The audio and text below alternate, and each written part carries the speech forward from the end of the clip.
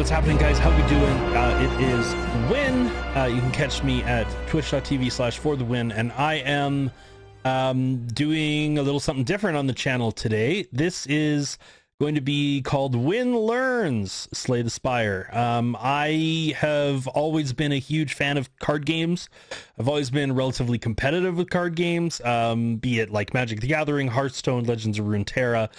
And now I found a little roguelike card deck builder game called Slay the Spire. It's been out for a while. It is really, really fun. I've tried other little roguelike deck builders. There will be a video coming out at some point where I do a comparison of Slay the Spire to Monster Train. That's not what this is about.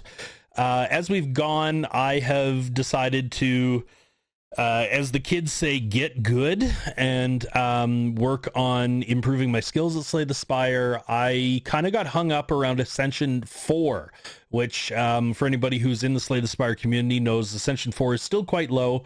There are 20 levels of Ascension that you can climb up with this, and 4 is merely 20% of the way up. So I realized that I was making some bad choices in card assessment, making bad choices in just lines of play, maybe not seeing a line of play and that sort of stuff. And I was streaming one day on Twitch and I ran into this awesome gentleman named Merle61.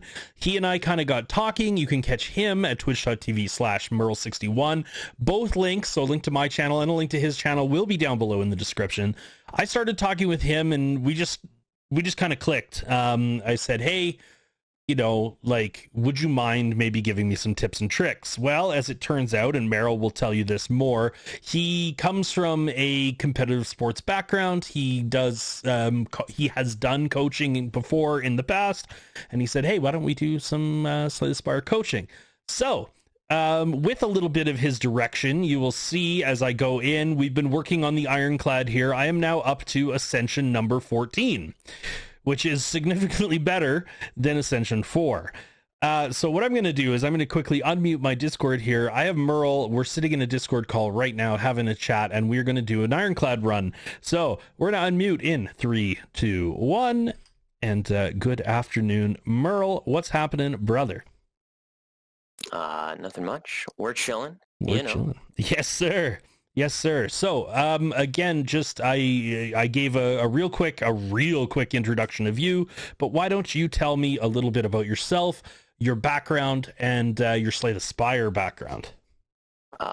Okay. I am Merle. I have been playing games for basically my entire life. I remember I got a PS2 when I was like 7, and yeah, I've been off to the races ever since. Played several games at a like very high / very competitive level, including like Rocket League and various shooters. I found I was also very into Hearthstone back in the day, and a friend of mine introduced me to Slay the Spire back when it first came out, like a few years ago. And I played it a significant amount back then. And then I put it down for a while because I was just doing other things, and then came back to it earlier this year when The Watcher came out. Played all the characters up to A20 and kind of fell in love with The Watcher and started playing Watcher more and more. And then one day I realized that I hadn't lost in a while, and I was like, maybe I should start streaming this. And I did, and it went pretty well, and here we are. Nice. So you had a Watcher win streak going at one point. Then that's kind of around the time where you and I ended up meeting up with each other. Tell me, what was the win streak? My understanding is that it's not currently active. There was a loss in there, which is unfortunate, but it happens. Welcome to Slay the Spire. Losses happen. Yep. Losses happen. Yep. Sometimes the Spire slays you. Right. So my personal best win streak is 13 in a row at Ascension 20 Heart. And my eventual goal is to beat the world record, which is 18, and I want to get to 20. I just had a 9 win streak, actually. Nice. That just lost like a couple days ago to like a some of the worst RNG that I've ever seen. Like, I didn't play perfectly, and I'm not trying to claim that I did. There were definitely things that I could have probably done better, but it was legitimately like of the, let's say, like 10 worst relics in the game, I had like 8 of them, and I had like 17 relics. So it was very, very, very bad. But you move on, Yeah. and I still think 9 wins is quite good, and my overall win rate is like higher than basically anybody. But again, like, I don't think that that's necessarily super important, because I think that playing the game however you want to play it is one of the beauties of Slay the Spire, and everybody gets their own personal enjoyment out of it. I personally enjoyed like going for win streaks on Watcher, but like other people like to do other things, and yeah, like that's what makes this game so amazing, right? Nice. Yeah, I like that each character, from the Ironclad to the Silent, the Defect to the Watcher, they all have a very unique flavor to them. They seem to have very unique things that they're looking to do, and things that they do extremely well, and things that maybe they don't do as well as the other classes. Yep. That's absolutely true. But with this being said, again, yeah, so just with Meryl's help here, just with Meryl's help, I have managed to go from, again, kind of struggling with Ascension level 4, all the way up to Ascension level 14. So I'm going to hit embark here, and again, I'll just give a quick rundown of kind of the modifications that have been made to the game from the base, because I mean, of course, you can play base as much as you want, and if that's what makes you happy, please do it. But this is what the changes are going to be. So if you notice up here, we have Ascension mode 14, which means that elites are going to spawn more often. Normal enemies are deadlier, aka they do more damage. Elites more deadlier, bosses more deadlier. You heal less after boss battles. You start each run damage. That one was a bit of a shock to the system when I ran into it. I was like, what is this? Same with heal less after boss battles. Kind of was again, it wasn't something I was really ready for, I guess. Normal enemies are tougher, meaning they have more hit points. Elites and bosses are tougher, more hit points. Ascension 10 is definitely a point that I think we should talk about. Just really kind of, keep it to a couple minute conversation here about starting each run cursed. So if we look at the deck, the normal starting Ironclad deck is 10 cards. We have 11 in here, and that's because we have Ascender's Bane. So what can you, from a high-end game point, tell me, just give me the TLDR or the quick rundown on Ascender's Bane. So essentially, the reason why this Ascension level is such a big deal, and why Ascender's Bane is such a big deal, is you have to, I mean, it's a curse you can't remove, which is like obvious, it's there, but what does that mean? What it means is that your first time through the deck, you're always encountering this card which you have to draw, and on the turn which you draw it, you assuming that you draw it in the start of the turn and not you don't draw into it, but you're drawing one less card essentially, which is actually a huge deal, because it means that you get further away from all your cards that you actually want to play, and it means that on that particular turn you get access to less cards overall. Now it does like exhaust when you leave it in your hand, but and actually Ironclad has exhaust synergies, so it's actually less impactful on Ironclad than it is with other classes, because you can do things like Feel No Pain or Dark Embrace, and those like actually synergize with this card.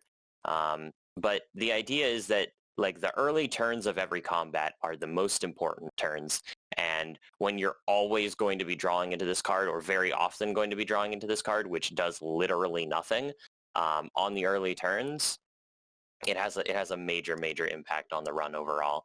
And you're talking about, like, in some fights it might not affect you, but in some fights you might be losing an extra 5 to 10 HP because you drew into this card and you either like didn't find the lethal or you didn't find the defense that you needed. That's totally true. from my experience, when I reached, like, I found, I definitely didn't just run up the ascensions. Oh, 1, then 2, then 3, then 4. That's not how it went.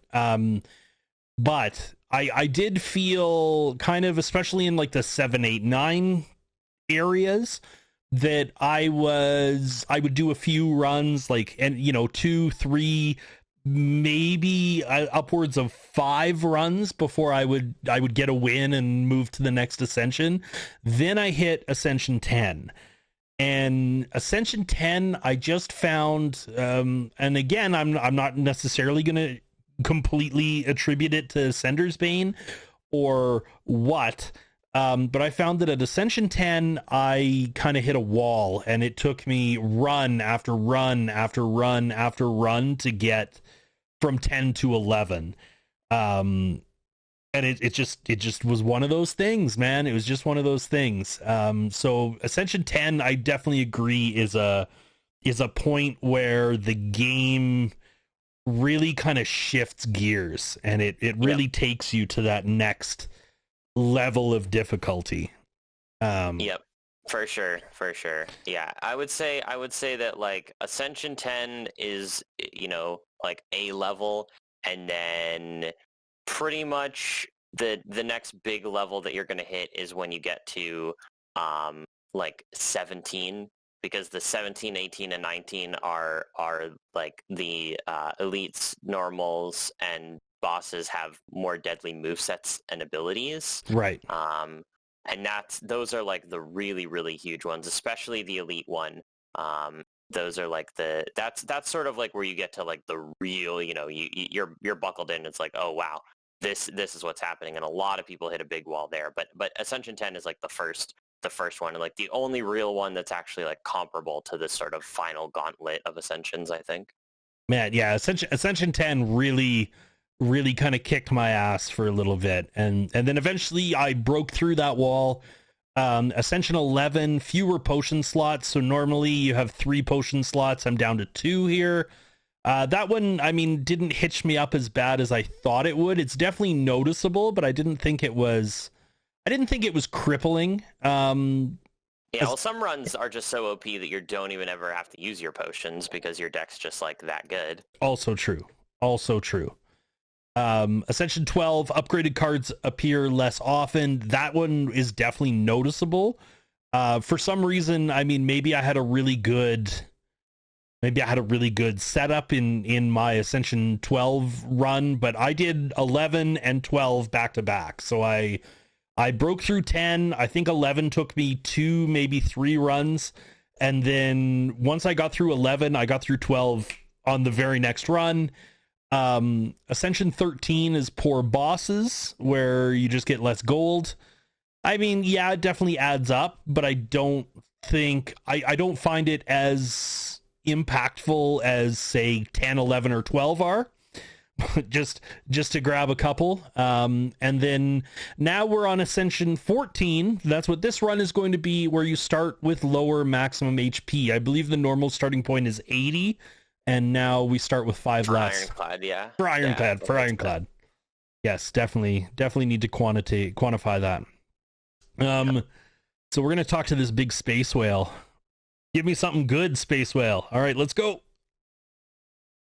All right, what do we got? Transform a card. Max HP plus 7. Take 18 damage for max HP plus 14. Or lose your starting relic, obtain a random boss relic. Now, lose your starting relic, obtain a random boss relic. That seems to be... is that... And correct me if I'm wrong here, but that seems to be in like every run ever you have this option. Yeah, so the bonuses are always 2 bonuses that are small for no downside. Then you have 1 bonus that is big, but you have a downside. Mm-hmm. And then you have the swap, the boss swap. Right. Unless in your previous run with that character, you did not reach the Act 1 boss. If you don't reach the Act 1 boss, then you only have 2 options, which are max HP and enemies in your next 3 combats have 1 HP. Oh, there you go. Okay. So, but as long as you reach the Act 1 boss, you get these options. And if you're playing with a modded game, there's actually a mod where you can always get the regular options even if you don't reach the Act 1 boss. Okay. Which is kind of nice for some people who just like to do boss swaps. And, I don't consider that to be cheating because, you can start a run like that anyway. It just doesn't punish you, but it's whatever you do. I don't personally use that, but if I was I don't know, doing a boss swap experiment with Silent, for example, I might want to just do that so I didn't have to run to the Act 1 boss or whatever. But anyway, sure. Let's talk about these options. And actually, I have a collaboration with another really high level Slay the Spire player coming out soon, which is going to be talking about this screen and why the different options on the screen are either good or bad and what makes them good or bad, etc. Oh, very cool. Well, that's awesome. Where can we find that? So I think we're going to stream it on his Twitch channel, and I think you can. I can give you the link to the channel. His name is Redbeardy. He's a really cool dude. Mm-hmm. Yeah, we're gonna do that. This is this is the screen that you see in every run, right? That's correct. And it's oftentimes super difficult for people to actually quantify how good these options are because the idea is that the effect of this sometimes gets lost in the run, right? Sometimes the effect of this is poor, but then you get really good card rewards and it doesn't matter. Sometimes the effect is good and you get bad card rewards and it doesn't matter. And in general, it's difficult to quantify any sort of individual decision in this game because it can get swallowed up in everything else. Sure, right? Sure. So it's sometimes for me, it's helpful to think about things in terms of how much gold it's worth. Okay. What's the gold equivalent to, and it's not a perfect system. But for example, if you boss swap and you get Sozu, for example, and you don't have any potions throughout the entire run, you're going to miss out on approximately 10 to 15 potions. And if you assume that the average potion is worth somewhere in the neighborhood of 50 gold, 50 to 60 gold, that means you're missing out on, 600 to, 900 gold worth of potions, which is a lot, right? Sure. 600 gold is a lot. That's a lot of gold. That's a lot of gold. Out on, but you get four energy, right? 4 energy is really cool. Yeah. So there's risk and reward. So here we have transform a card is very underwhelming. Okay. Just because there's a lot of stuff that's bad, right? Yep. And you kind of actually need strikes to kill the early enemies. Transform a strike is not the worst thing that you can do. Correct. Max HP versus +7 is a very, very low impact option. Gives you slightly more HP to work with in Act 1, and it means that every rest is better, but it just overall the impact is super low. Now, take 18 damage for max HP +14 is really interesting, and the reason that it's really interesting is because you only are actually taking 4, right? You're taking 4 damage. Yeah. Exactly. Yeah. So you're taking 4 damage for max HP +14. That's actually kind of a big deal, especially when you consider that Ironclad is a character that sometimes likes to block with his face. Absolutely. Yep. If you have strength and a Reaper, you oftentimes the strategy is just, okay, well, I'll take 30 damage in every fight, or sometimes even 50 damage in every fight, but then I'll heal it back with Reaper every time. Yeah. And I've had multiple decks that have beaten A20 where I basically have no block in the deck whatsoever. And it's just, I have a lot of max HP. I have strength scaling with Demon Form and Limit Break, and I have multiple copies of Reaper. And so you just block by having a bunch of HP. That's insane. And that's actually a totally viable strategy. Now it takes use specific cards in order to make it work. Sure. But the rare card pool is actually a lot smaller than say the uncommon card pool. So, right. Yep. And you get guaranteed rare card rewards at the end of Act Act 1 boss and Act 2 boss. Right. And then, if you're taking elites, you get upgraded rare card chance from those. And so the probability of you running into a specific rare card in a run is actually like almost the same, if not even higher than the probability of you running into a specific uncommon. Because, like I said, the pool of uncommons is a lot larger than the pool of rares. So building a strategy around a rare card isn't the worst thing in the world to do, even if you don't have it yet. But obviously you want to leave yourself options to avoid that, sure. to be able to win even if you don't find it. And then getting a random boss relic. Now, the Ironclad, I think, suffers a little bit from this because the idea is that the Ironclad has a lot of cards that damage him. Right. And, if you lose the sustain from Burning Blood, it makes it a little bit more difficult to kind of take those cards. But right here, like, the most impactful option here is, like, max HP plus 14. I agree. Which isn't even that great. Like, it's good, don't get me wrong, but it's not, like, insane, right? Yep. And like, would I rather have an energy relic over that? Absolutely, I'd rather have an energy relic over that, even if it does have a downside. I personally really like boss swaps because the idea is that the extra power that the boss relic is going to have over your starter relic carries through your entire run. It generates value through your entire run, right? Okay. So the power level that you have is increased immediately, most likely, right? And then your whole run, you're stronger than you otherwise would have been, right? Right. Like, if you have an energy relic, let's say you end up with Snecko, right? Well, I'd rather have 5 energy with Snecko than 4 energy with Snecko. Sure. Right? Yeah. So, having that extra boss relic is potentially really insane because you get to have Snecko and potentially 5 energy. That's ridiculously good, right?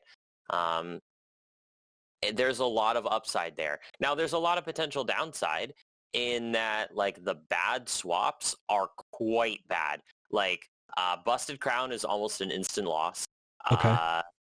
Because, like, card rewards are super important, and, swapping into Busted Crown means that you don't get card rewards through your entire run, which is horrible.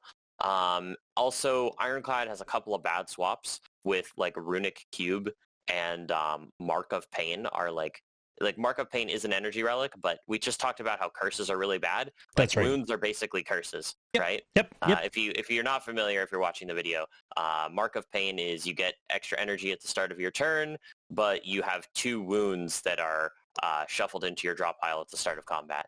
Yep. Ironclad does have ways to deal with the wounds, with cards like Evolve, which draws cards when you draw status cards, so it mitigates the bad draw. And then it also has things like Second Wind, which exhausts, like, all non-attack cards in your hand, which includes wounds, and gives you block for that. So you can exhaust the wounds and get block for free, which is pretty cool. And, like, Fire Breathing, for example, is a card where if you draw the wound, you get to deal damage to all enemies. But there's no guarantee that you're going to see those cards. So Mark of Pain is bad. And then Runic Cube is, like, it's just very mediocre. You draw extra cards with it, but you don't have the energy to play them because you don't have an energy relic, right? Right. So, and Ironclad has some ways to generate energy, but nothing that's, like, super great. Seeing Red is a very underwhelming card, and Offering draws you cards already, so you don't really care about the draw from the Runic Cube. Yep. Right? Yep. So I think that I'm going to leave this up to you. You're obviously the person with the mouse. Sure. I think if you want to be spicy, you can do a swap. But if you want to just be, like, if you want to be vanilla and do something that's, like, pretty decent, you can do the 14 max. Yeah. So from my perspective is, of course, like, as we talked about, I think so this is just what strikes me as I look at this, right? So when I look at it, I see take 18 damage, max HP plus 14, which means I'm only really losing 4 hit points. So yeah, for those of you who are unaware, there are certain games where I'm sorry to interrupt. No, that's fine. There are certain games, like, that are similar to this where when you gain max HP, you don't actually gain the HP. but in Slay the Spire, that's how it works. So like if you gain 14 max HP, you gain 14 HP right off the bat, right? Yeah, So we would with take it, 18 damage, so we'd go down to 50, but then we'd do max HP plus 14, so we would heal up to 64, and then our max HP would actually increase to 89. Yeah. Yep. And so when I look at that, when I look at this option right here, and I'm like, okay, I'm going to take 18, gain 14. That means that I need not even a full, I need 2/3 of a burning blood proc to make up for the damage that I've taken. Right. Now, of course, there's this thing, which, I mean, like we talked about, right? That is spicy. I'm just going to quickly take a quick peek. I like to see who I'm up against. It's Mr. Slime himself, his little hat. Nice guy. Kind of looking my way down here. I mean, there's definitely some reasonable, like, already I'm at least from my perspective, I'm kind of like trying to piece out a path here. So I mean, like these two paths with this guy and like this guy, and but then there's also this if I want it or need it. Same with this. So usually when I'm doing pathing, it's like elites first. Yep. You want to know where they are. And like how many you can possibly take, because taking elites is like the best way to scale your power level early. Yeah. So it's elites, then it's campfires, because campfires are important if you take more damage than you were expecting to. The idea is that you don't know what card rewards you're going to get, and you don't know what draw order you're going to get in elite fights. So in certain fights, you can go into it and you can say, all right, in this fight, I could take 10 damage or I could take 30 damage. And, you know, if I take 30, like how do I deal with that? So like having campfire options is really important. I like that like later shop in the act. That's pretty cool. This guy up here. When you're going to a shop node, you want to have a certain amount of gold. Like usually the absolute minimum that I want going to a shop node is like 160, because that allows you to at least buy a common relic. There's some really, really impactful common relics that you probably don't want to miss out on. And also it allows you to buy like a rare card if you find a rare card that you really want. Like let's say a feed in an early shop is a really, really impactful thing. Yep. You can, if you get feed early, you can end up with like 150 max HP, which is like almost winning the run by itself. Sure. Yep. Because it's really difficult for any boss like in Act 3 to deal 150 damage to you before you kill it. Right. So yeah, it's I think that there's some good stuff going on the left there. That shop's a little scary. Yeah, I was gonna say the early one here. Yeah, this one's a bit of a bum because I'm like the way I'm looking at it right now, or the way I'm thinking about it is, if this is a thing that can happen, then that's great. Here's the late shop that, of course, we want. Now, this late shop allows this option, which I mean, like if we're in a bad position, then it I cannot see a world where like this isn't the route. Sure. As opposed to this, you know what I mean? Yeah. Like I just if we're gonna do this, then we might as well do this. Yep. Unless we're in like super dire straits here. Yep. The idea is that if you're in like a decent, not great spot, you really do want to take those elites, because those elites have relics and they also have like higher rare card potential, and you need that stuff in order to get to the point where you need to get to power level wise. So when you're in like an okay, not great spot, you need to be able to get to a better spot. You can't just say like, you can't play conservative at that point. Right. Yeah, I definitely, obviously, we're going to get here. Sorry. Playing conservative at that point is losing, right? Yes. So we're going to end up here at some point, because that's the only way we get to here, which means... Right, I mean, unless we think about taking the spicy lead on the right-hand side there. Right. Which is like a little awkward because you don't have a campfire before it. You do have a campfire directly after, which is kind of nice. You can take 3 combats and 2 question marks before it, which is generally pretty good. Yeah. But there's like once you're forced into that path, you're forced into that path, and No shop. that's a little scary. There's no shop. You can only take one other elite. Although I don't think you're getting 3. Is there even a 3 elite path in this act? I don't think that there is. Right? I mean, there no, is. There technically is. There is, but you give up like every campfire. Like suicide. Well, yeah, and it's also like look at how many normal combats. It's literally like 5 normal combats on that path. Like 1, 2, 3, 4, 5. No, it's 6. It's 6 normal combats and 2 elites with no campfires in between. Yep. That's like literally, and there's no option out of it either. So that's essentially suicide. If you get really good card rewards, or if you get a really strong boss swap, like there's potential there, but it's I mean that's you're asking to die basically at that point. 3 question marks leading into a shop is really interesting because Act 1 does have a lot of events that can give you gold. That's right. That's right too. But again, like there are also a lot of events that don't give you gold, and then you're just like really sad when you get to that shop and you have like no card rewards, and then you have to go to that campfire and face an elite after it with no card rewards, which seems really bad. True. I like the left path.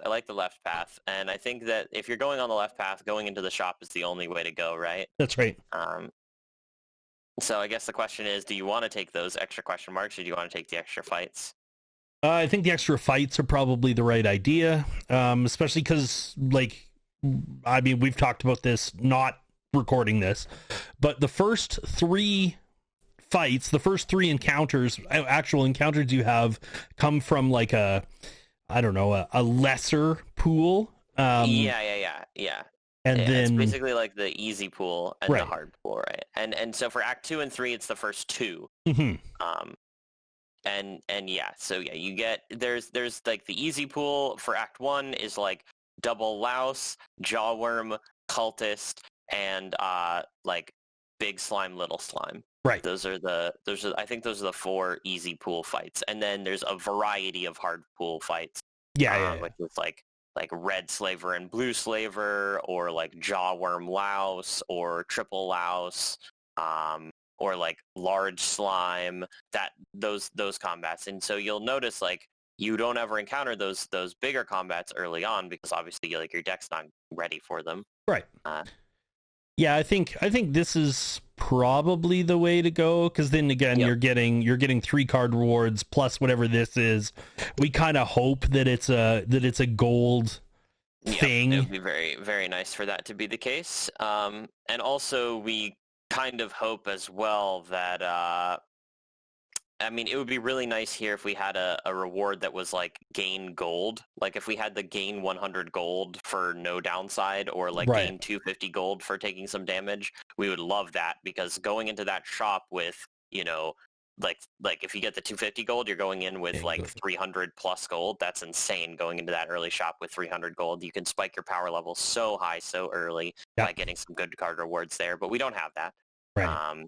Going to that shop isn't that bad though. So on average, normal combats give you 15 gold each. If you're taking 3, that means that you're going to have on average 145-ish gold going into the shop, which isn't the worst thing in the world. Like that's enough to buy a couple cards or a card remove, or possibly I don't think you can get a relic for 145. But if you get lucky and you get on the little and you high roll on the gold a little bit, you could buy a common relic.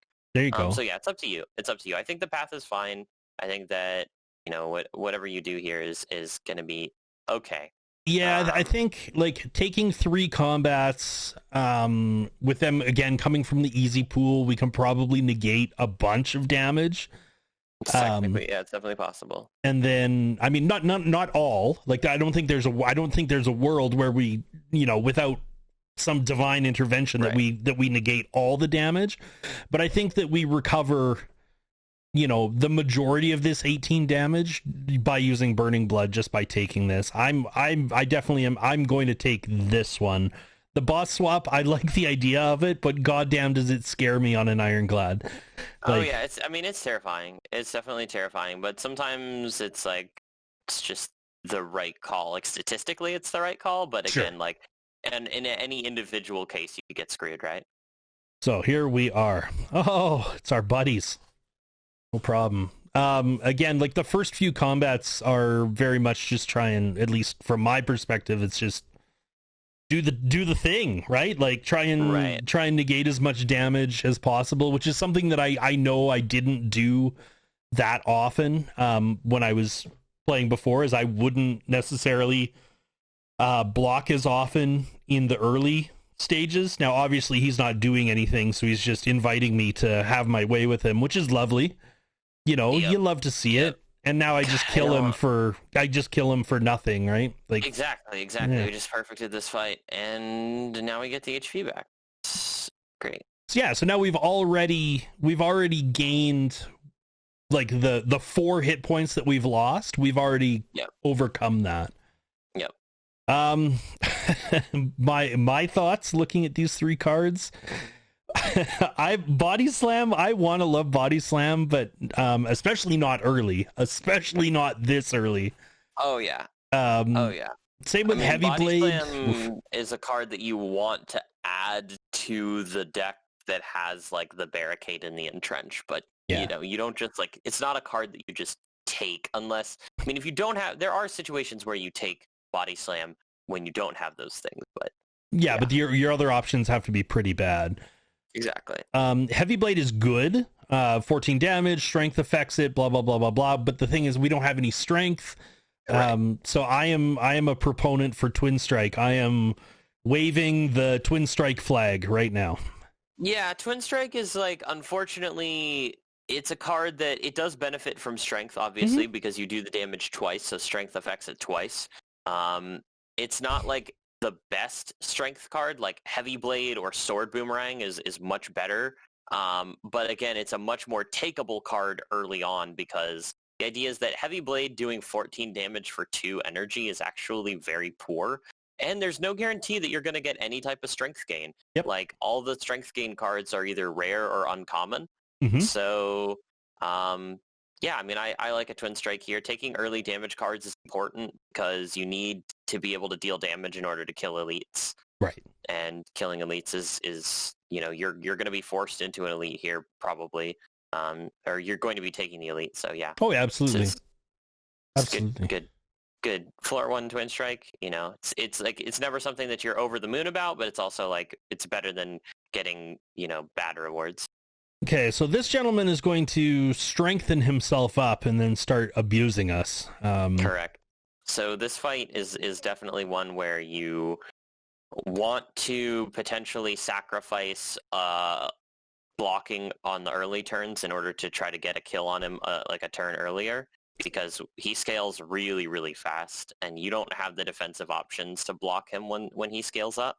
Right, because he's gaining 4 strength a turn. Yep. Which is so if nuts. you look at your draw pile right now, yes, you do have Defend and Ascender's Bane coming up. So that's something to consider when you consider strike versus double strike versus bash here. Okay. So bash is going to give you 4 less damage this turn. Yep. Right? Yep. But potentially if you draw into damage next turn, it could give you more damage because you get, well, actually, no. It's not going to give you 4 less damage this turn. It's actually going to give you, because you're going to strike after.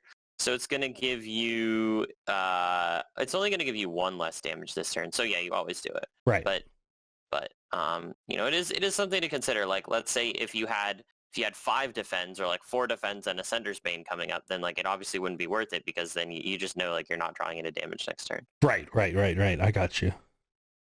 So I mean, I need 3 strikes, or Twin Strike works. There you go.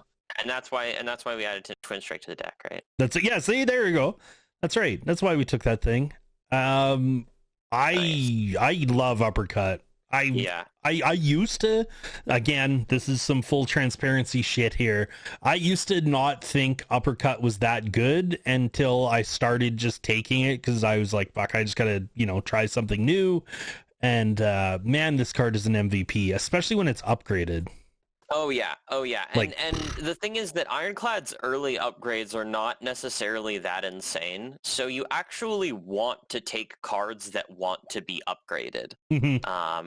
Because the idea is that if you if you get more value out of an upgrade if you're upgrading a card that wants to be upgraded versus a card that's like, not that great. So Right. yeah, the uppercut is just an insane card for sure. I mean, a quick mentions about Warcry and armaments. I mean, Warcry is good. It's a fine card. Again, especially draw, though. Negative draw until it's upgraded. Until it's upgraded. If it's upgraded, then it's worth taking. You just don't not take it, basically. Unless you're like really scared of Time Eater, because obviously it's not a very high impact card in that fight where every card matters. Right. It's also a card that's really bad against Gremlin Knob. Skill. Yep. So like, let's say you picked up a really early Toxic Egg and your Warcry offer was upgraded, because you can't be offered upgraded cards in Act 1. Okay. But if you get Toxic Egg, which is a relic that upgrades skills that you add to your deck, then you could have Warcry be upgraded in Act 1. But like, then you would consider not taking it just because Gremlin Knob exists. Sure. And then armaments? Armaments is okay. It's another card that, like, it's a pretty great upgrade. So you don't have any good upgrade in your deck, then you take it. It's also like, if you see it pre-upgraded and you have a lot of unupgraded cards in your deck, then it's like kind of worth it sometimes. But I mean, this is Uppercut. Like, Uppercut's a very, very, very, very, very premium early card. So Absolutely. Again, this puts us on the highway to hell, so we're gonna avoid that, and we're just gonna come see what's in here. Oh, it's a group of purple spirits. Okay, so I don't like here's what I understand about this. If you give it a common card, which are the ones with the gray banners, basically they ignore you and do nothing. Correct. If you give them an uncommon card, which is this blue banner, they will refill your health to maximum, and that's it. I don't know what happens if you give them a rare card, and if you give them a rare card, you get 10 max HP and a full heal. Okay. So sometimes, like, it is definitely a consideration to make when you're like when you're thinking about taking a rare card, even if it's not that great. Like, sometimes, you consider this event, especially if you need to high roll, like if you're on low HP, it's like, oh, maybe if I take this card, then I'll get to feed it to Bonfire Spirits and get a full heal and some max HP. Gotta love it. Or it's like a great way if you do like a Pandora's Box swap and you get like a bad rare card that doesn't really work with your deck. Right. It's like, oh, let's find Bonfire Spirits. And also, if you feed it a curse, you get a relic called Spirit Poop. Okay. Which gives you the score modifier Poopy, which is -1 score at the end of the run. But other than that, it does nothing. And it still consumes the curse. It does, yes. Okay. Consume the curse. Okay. But Spirit Poop isn't actually completely terrible, because there's an event in Act 2. That's right. Called Naloth. And Naloth, what he does is he offers to take two, not two, but like one of two of your relics. Right. And if he can offer to take Spirit Poop. So, if you give him Spirit Poop, then you have like no downside, and he gives you his reward, which is a relic that increases your rare card percentage, which is very, very strong. Yeah, absolutely. For no downside. And there are actually a lot of relics that once you pick them up, don't actually do anything for you. For example, Old Coin on pickup, get 300 gold, right? But you don't, like, once it's consumed, it does nothing. Right. Same thing with War Paint, which upgrades 2 skills. Whetstone upgrades 2 attacks. Even boss relics like Calling Bell, Astrolabe, Pandora's Box, all do nothing once you pick them up, right?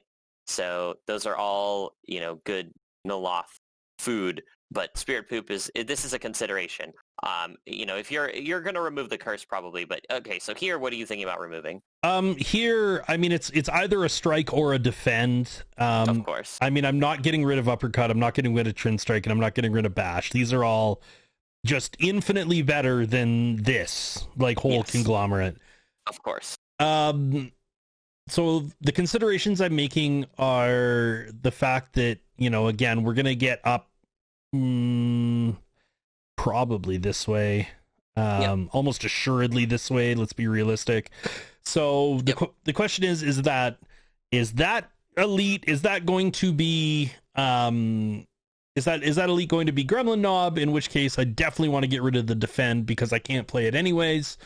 But then if it's not, if it's Sentries or Lagavulin, which are my two other choices, then how important is a defend to me versus another strike? And then that leads me to think, offense is the best defense at times because it can't swing at you if it's dead. Correct. So I definitely am leaning towards ditching a defend.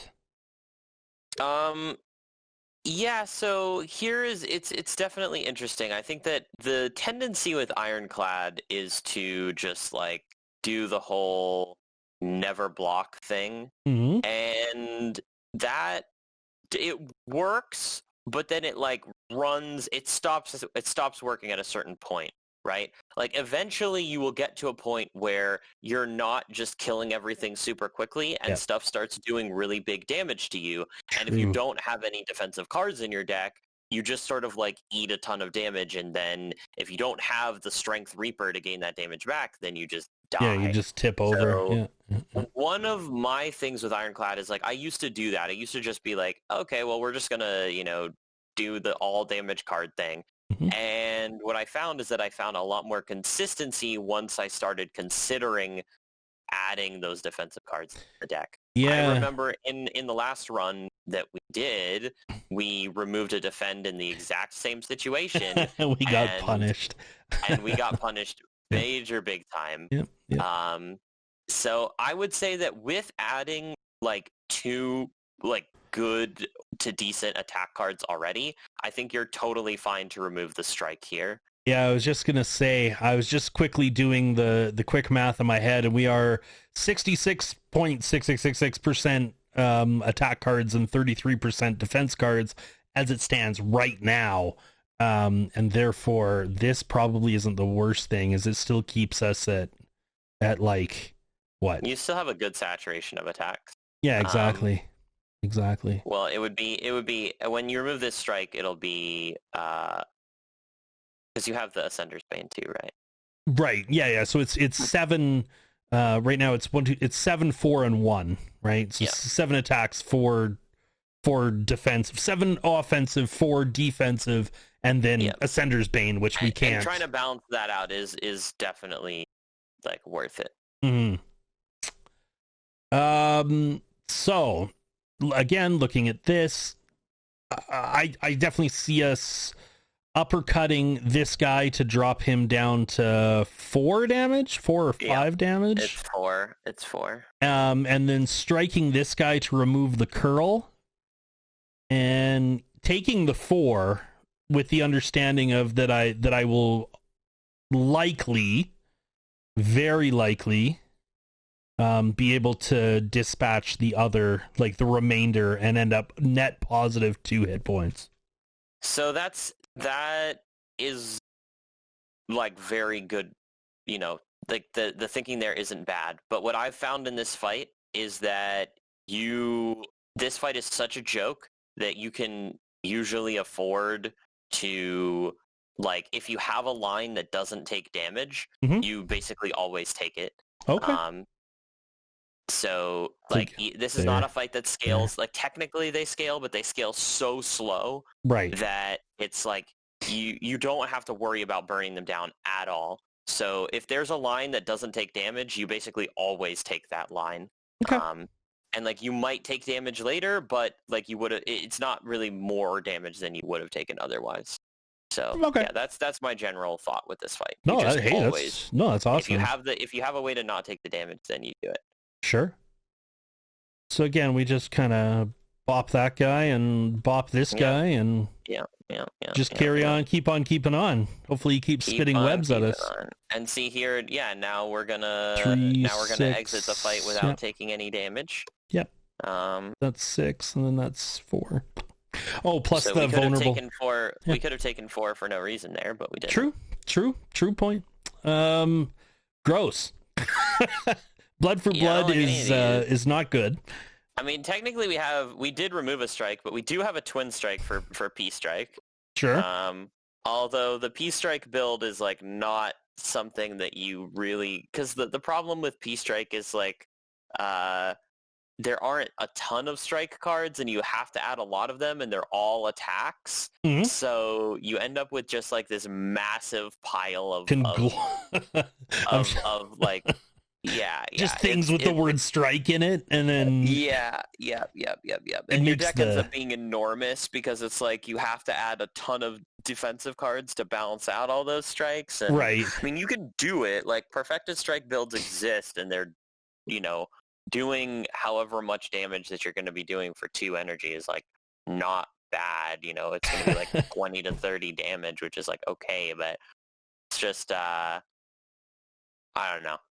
Not that viable. Well, and plus it removes your ability to really kind of take the vampire, like the bite thing, like the bite event in a later event. You usually just don't take that anyway, though, because like removing strikes is still pretty good, and the idea is that like adding, I mean, it's okay, but the idea is that adding an extra strike, like let's say we remove another strike in this act, not saying we will, saying we won't, sure, but if we have 3 strikes, right, we're adding 5 bites, so we're adding 2 extra cards that aren't actually that great.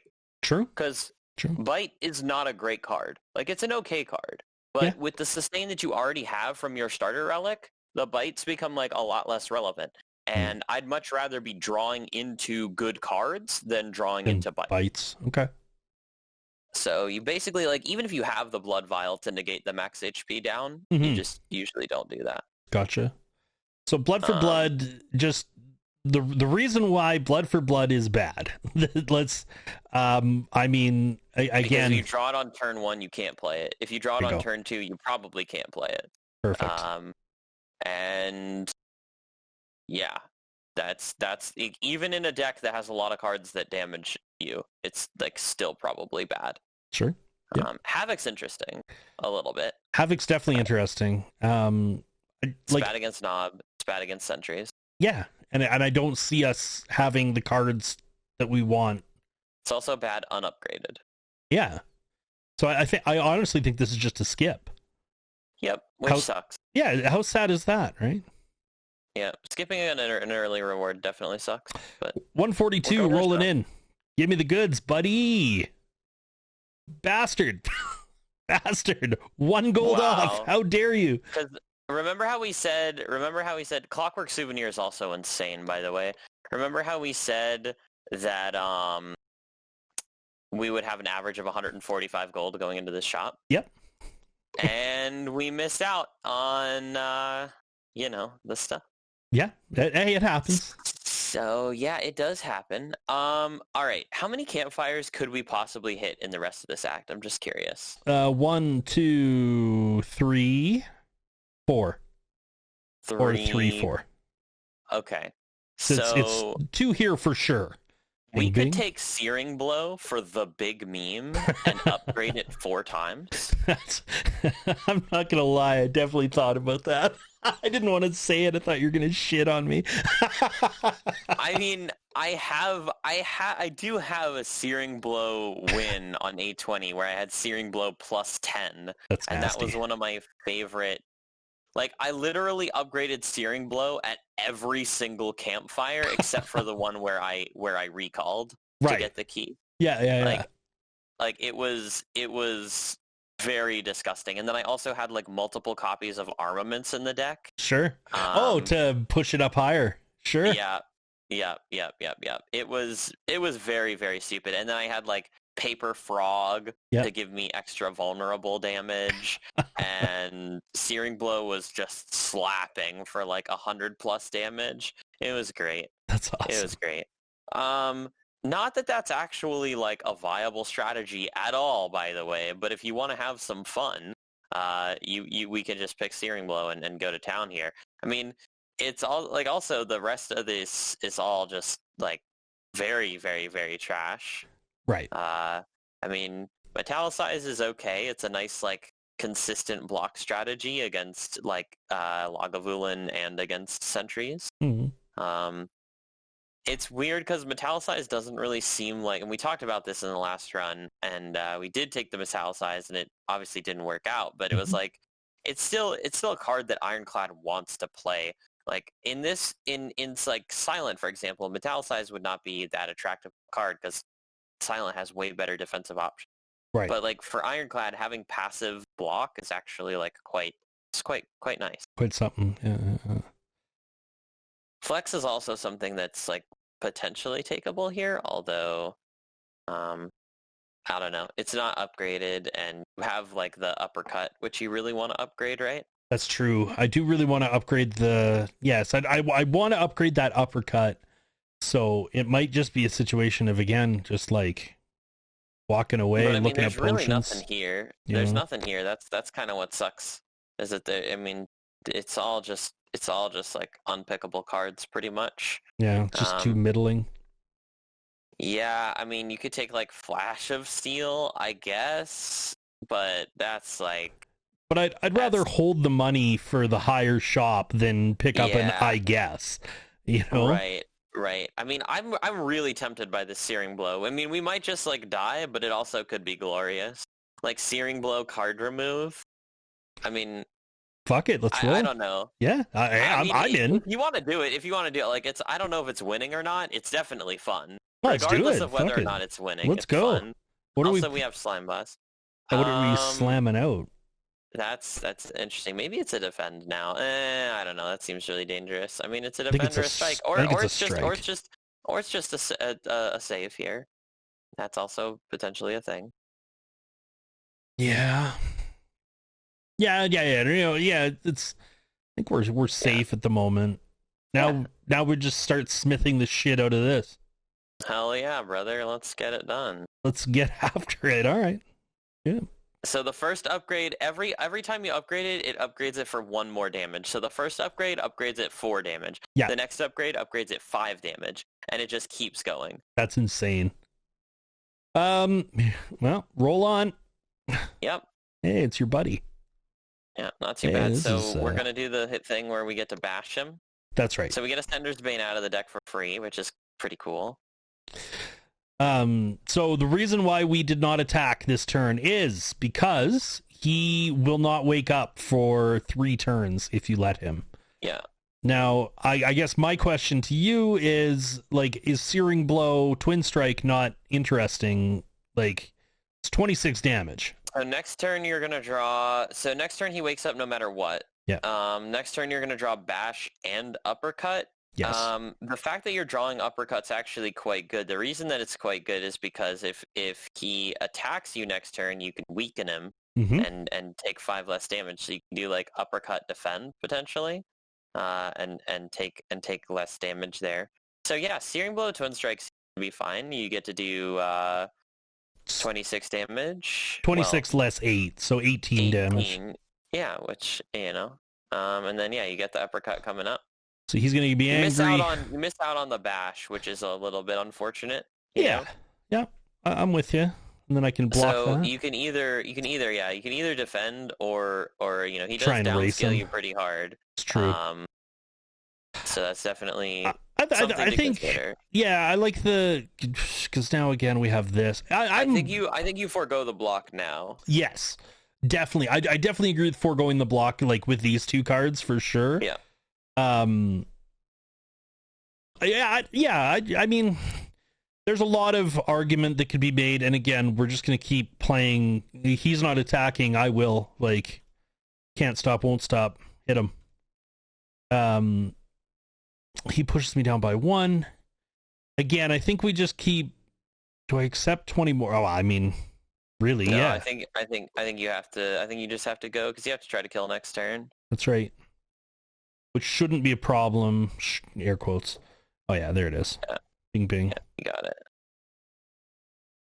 Okay, that's fine. So we took a lot of damage there, but we're alive. Yeah. That's pretty cool. Being alive is nice. Got a little Akabeko. Yeah. A strength potion. And this. Ghostly armor is good. Yep. Definitely. I mean, I've had some success with Combust. Again, more once it's upgraded. Second Wind has been only ever really a thing if I ever had like Barricade and Entrench and shit like that, and even then it was it's also really nice with Feel No Pain because you get the exhaust and then you get to double dip. Yeah. Perfect. Ghostly in there. Yep. Here we go. Do the thing. Yep. Let's keep on rolling. Make the world's largest searing blow. Hello. Okay. Give to me an ancient tea set. Sure. Pretty garbage, but if you're not taking Sapphire Key, then you're just taking it, right? Yeah, sorry, one more thing again, just to qualify this for anyone who is watching, we are not doing the heart. We are just because we're just trying to ascend. Yeah. Yeah. This is our upper, and we're at 148. So we're gonna take this guy and then the upper shop. Yep, it does force yourself into that elite, which is potentially, I mean, it's potentially dangerous. You could just die to that elite if you don't rest. True. Depends on what we see in the shop though. So true. I don't hate that. I might do the something a little different here. Gotcha. But I mean, you got the mouse. I would certainly, like, if it was me, I would spend a significant amount of time like pontificating about what to do there, but whether to go this way or this way, you mean? Yeah. I gotcha. But there's advantages and disadvantages to both. We don't have to go like ultra in depth on literally everything, and making a decision is fine.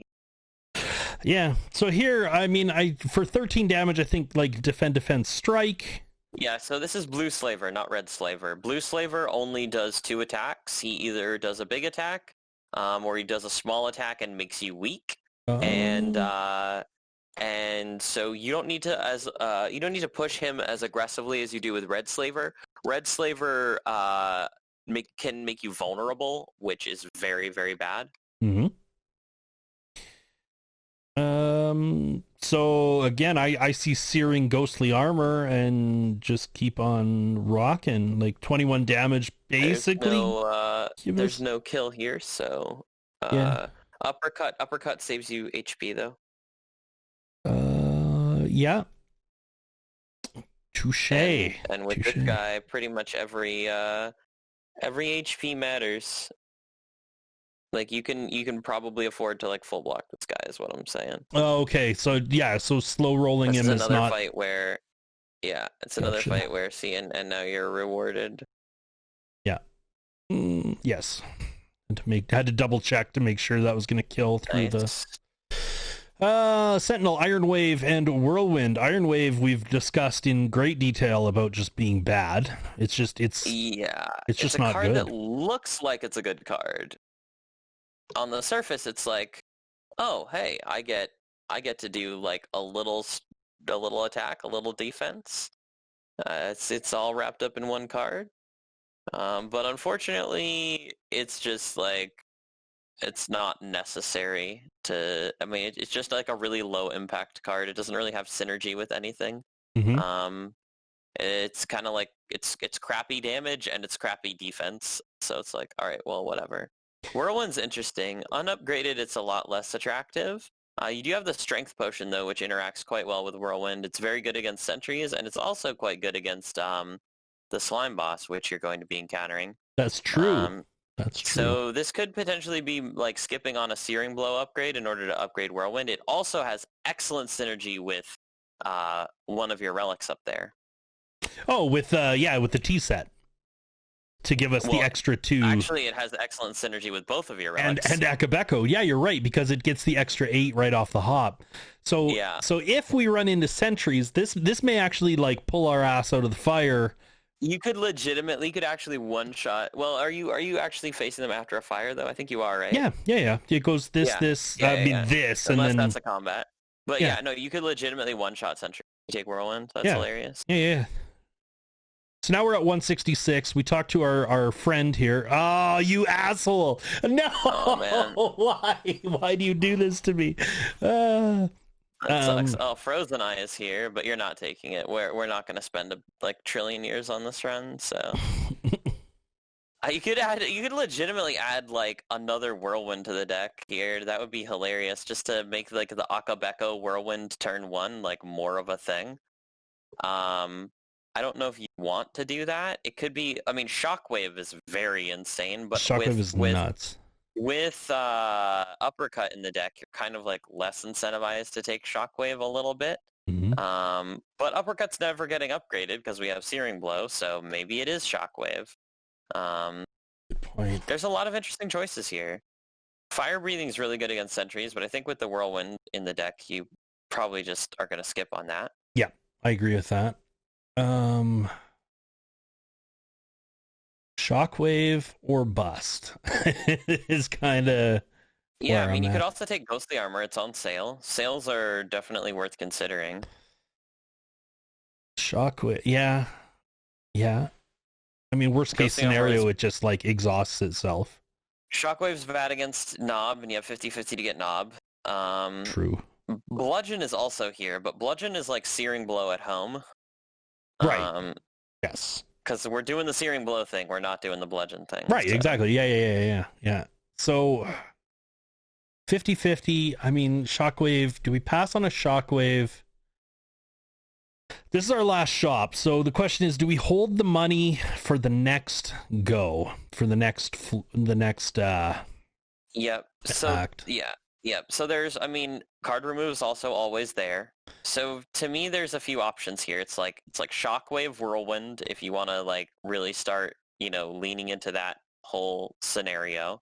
Searing Blow is bad in AoE fights, so adding some solid AoE is like something that's totally reasonable to do. Mm-hmm. Also, you can think about saving that Akabeko proc, like not attacking on turn 1 against the sentries, playing your Shockwave, and then getting that sweet Akabeko down with that that Akabeko Whirlwind for the extra 24 damage that it would do. That's pretty cool.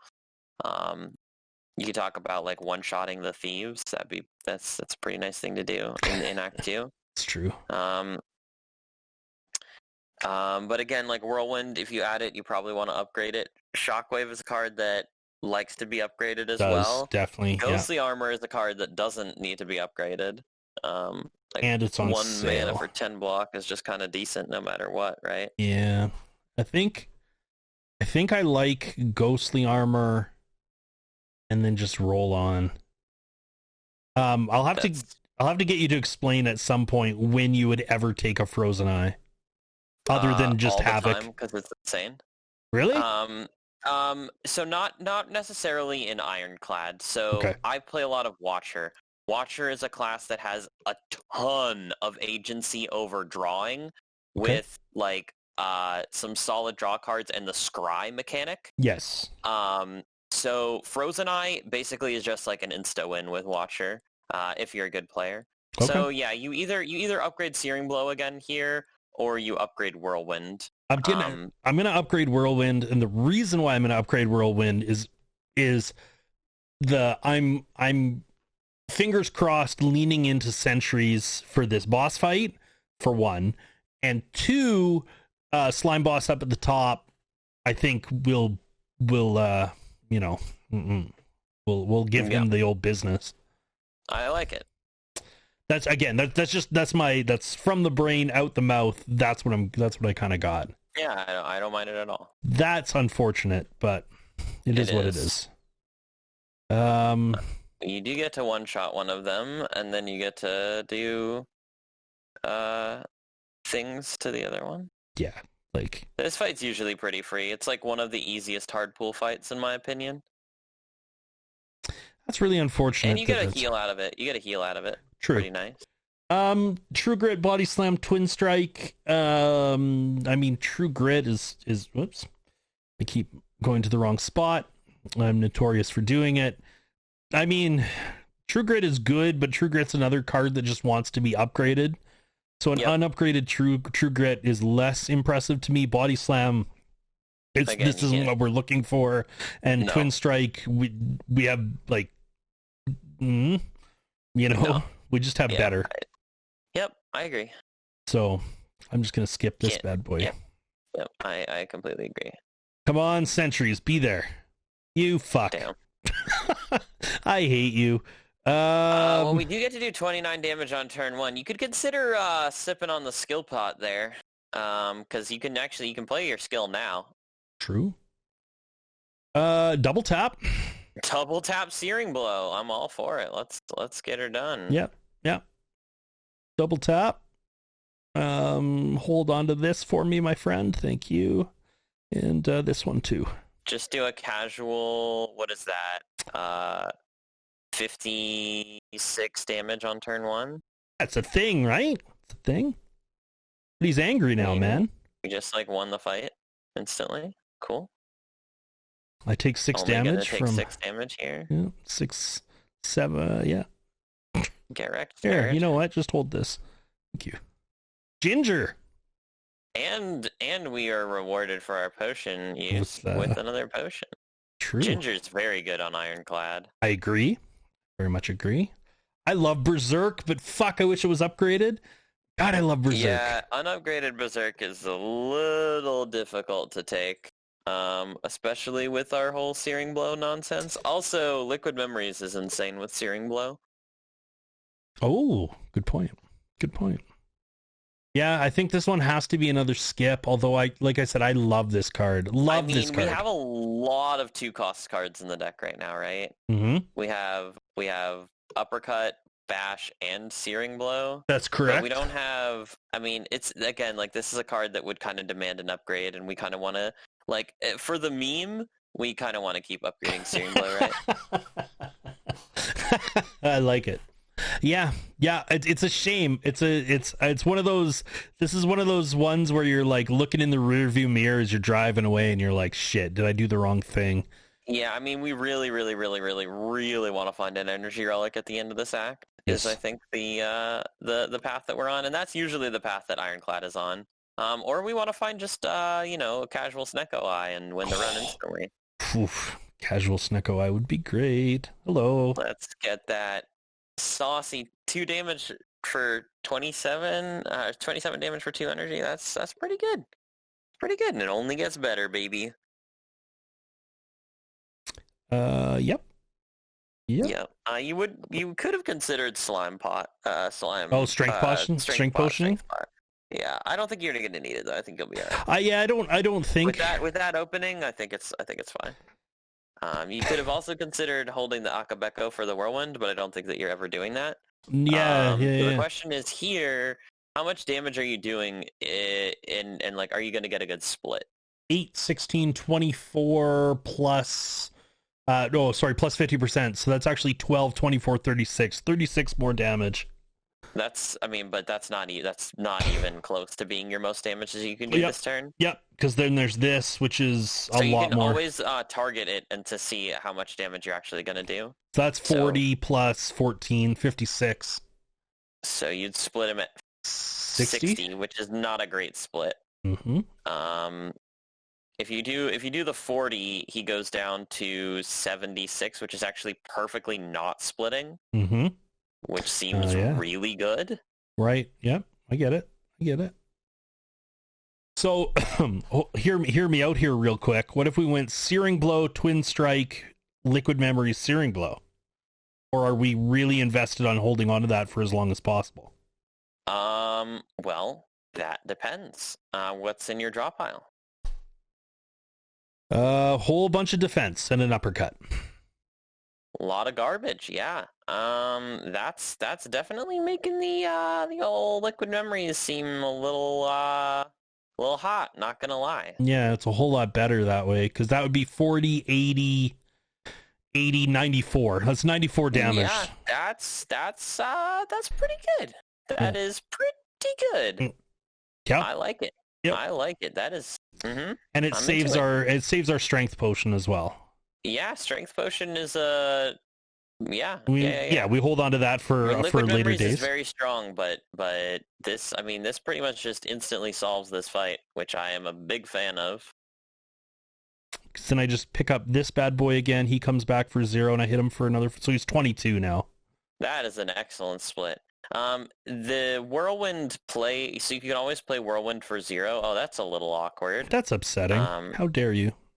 That's highly unlikely to happen, but it's fine. We'll take some damage here. We can't become weak, which is quite significant for this fight. I think you can just kill one of them. Yep. Uppercut twin strike kills the front. I mean, yeah. So one of them is going to make you frail, and one of them is going to make you weak. Yeah, I don't remember which one it is. I don't remember either. Let's go ahead and I'm just going to slam on the wiki here, and yep. Let's just do a quick little look around here, because you know what? That's actually relevant. That's actually super relevant. Very relevant. I think the spike guy does the frail, so that's the guy we want to kill. Think you might be right. Let's just check here. Let's see here.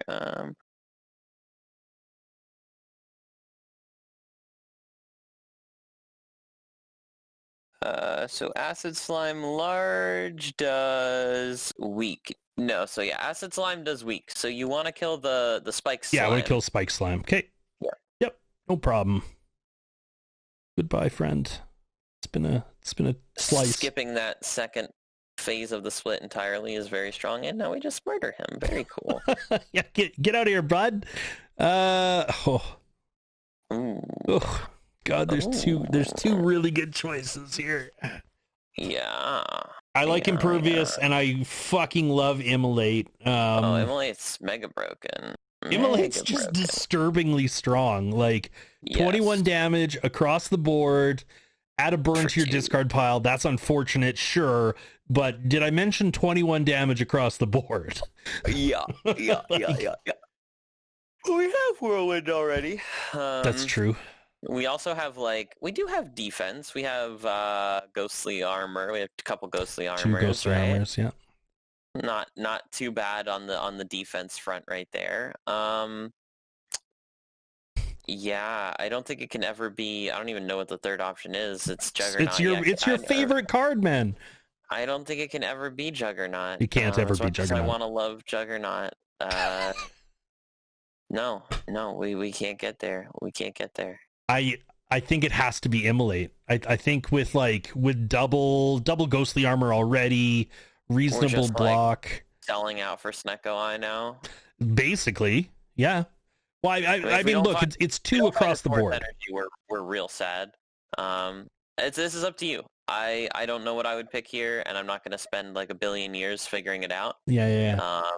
But I believe in your instincts. Yeah, I think it has to be Immolate here. That damage is so insane.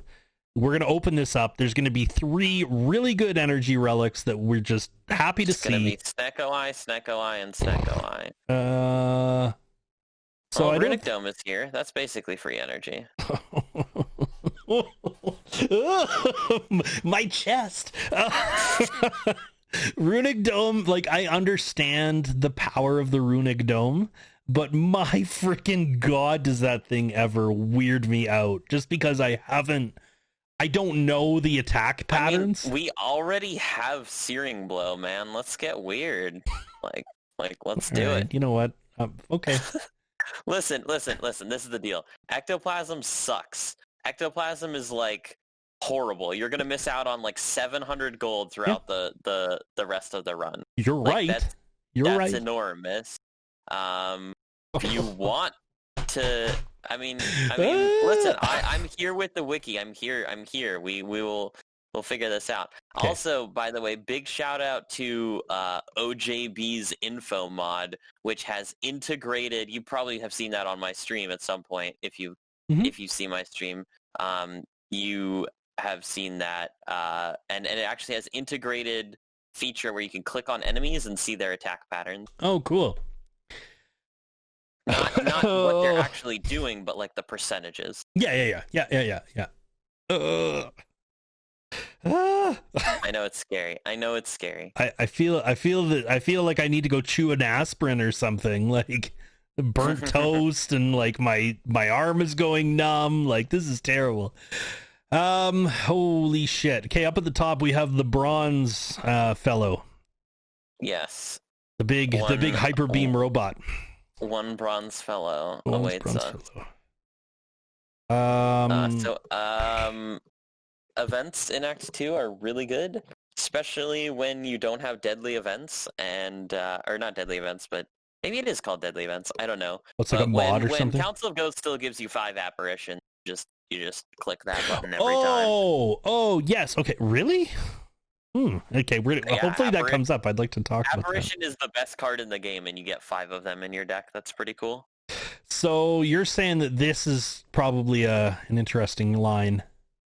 Yeah. Also, hard pool normals start at the third one. So, yeah. So we have 2. I'm digging it. Then there's this. 2 easy fights, and then 3 question marks. Then you get to do multiple campfires to get that searing blow upgraded. Yep. Because then we have this elite. Then we can either do this or do this if we're so inclined. Yep, and you can even go right and skip all the elites if you're going to be a wuss. Hey, maybe. Okay. So the only one of the fights, there are a few fights. There's not even that many fights, but there are a few fights that punish you for taking Runic Dome. One of them is birds, but you already have a bird solution because you have Whirlwind. Right. One of them is look, it's birds. No! We didn't get Whirlwind, but I think what we do here is what do you think we should do here? Armor up and pass to get that Whirlwind later on. I think so. I think that's really solid. The other one is Gremlin Leader, but the point is that there are very few. Yeah, so you keep your Akabeko here, That's right. Yeah, I like it. Oh, 2 attacks. 3 attacks. Nice, let's go. You All jerks. Right, so we can knock one of them down here. Yeah. We can kill one of them. And the point is that the Whirlwind's going to knock the other 2 down next turn anyway. Right. So why don't we just, murder one and yeah. So this is, yeah. So we're looking at 17 plus 12. So 17 plus 12 is 29?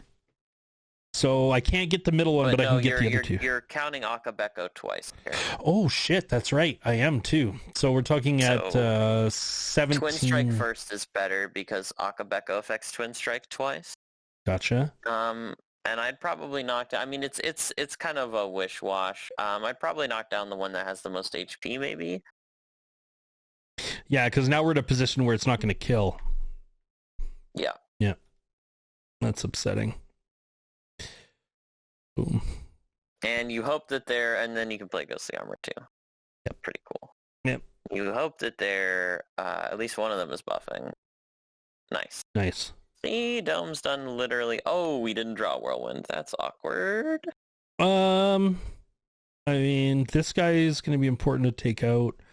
Immolate, Strike, really, it's Immolate, Strike, Defend, kills him. Gets a bunch of damage in. Yeah, does Bash Immolate kill the other one? I don't think so, right? Bottom decking Whirlwind really sucks here, but... I mean, it is what it is. Yeah, not much you can do about it. Nope. Yeah, I think it's just Immolate, Strike, Defend. I think we got to play the Defend this turn. Yep. So the most damage that you're taking this turn is 15, I think. I don't know exactly what the intent patterns are, but I know that that the left bird has to be buffing. Yeah. I didn't take that. Yeah. Yeah, that wasn't too bad. No, so we just go boop, boop, boop, boop. Win. Cool. Goodbye, friends. See, that could have been... That was a hard fight for Dome, and it was still easy. Ooh! There's that true grit. There's a cleave. It says plus on it. Cleave seems very bad right now. And there's an uppercut. So uppercut we're not interested in. Cleave we're less interested in because we've kind of got through our AoE fights, other than, of course, Gremlin Leader and Reptimancer, but we have a but whirlwind the for thing all is that these. you already have 2 super strong AoE cards in the deck, right? So there's it's, you know. I'm just gonna take Hopefully this. this run will teach people to not be scared of Runic Dome. I am terrified of Runic Dome. I'm not gonna lie. I am fucking terrified. But like that was a really bad fight for it, and we were fine. True.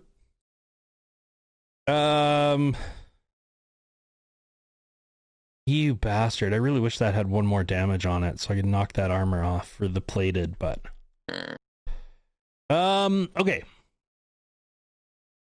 So you're getting attacked. He attacks you every turn. Okay. So it's Searing Blow, Twin Strike. Searing Blow first, Twin Strike second, True Grit, Burn the Defend third. And take whatever he happens to be attacking for. That's my thought. That is not a bad thought.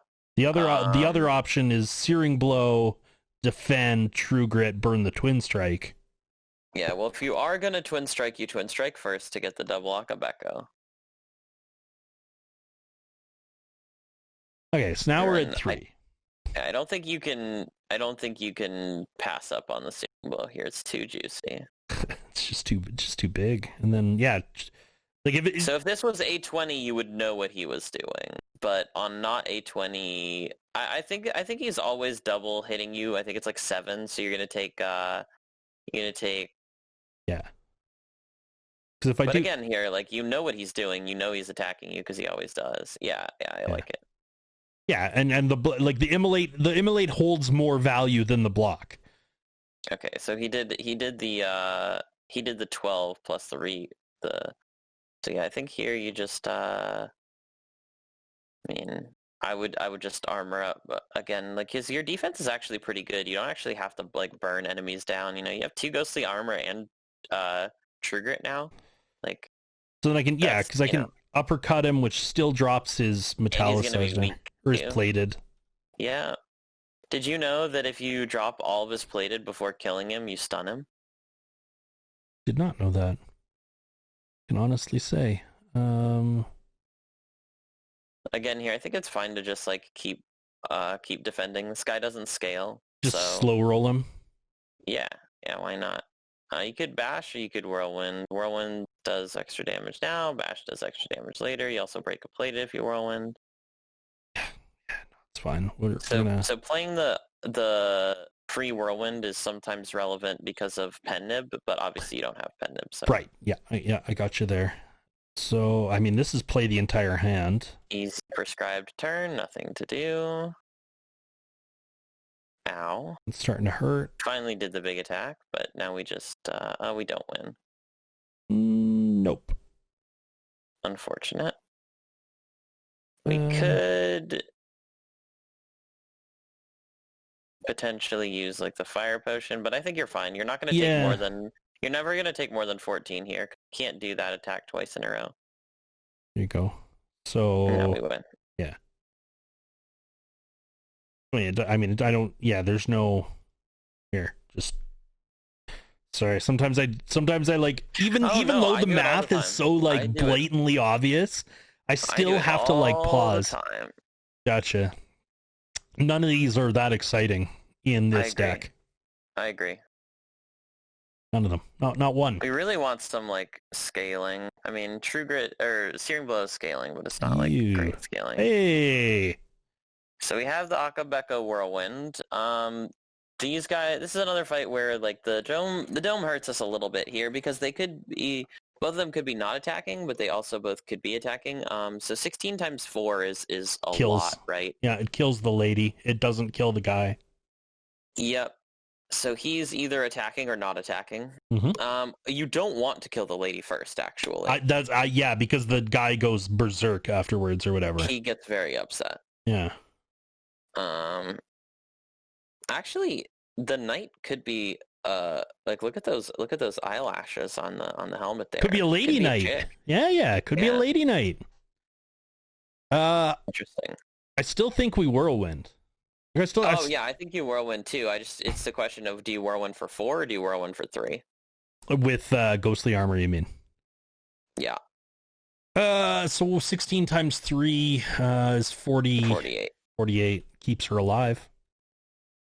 Yeah, I kind of like it. Yep, definitely. You hedge your bets a little bit. Yep. Ouch. And it worked out for you.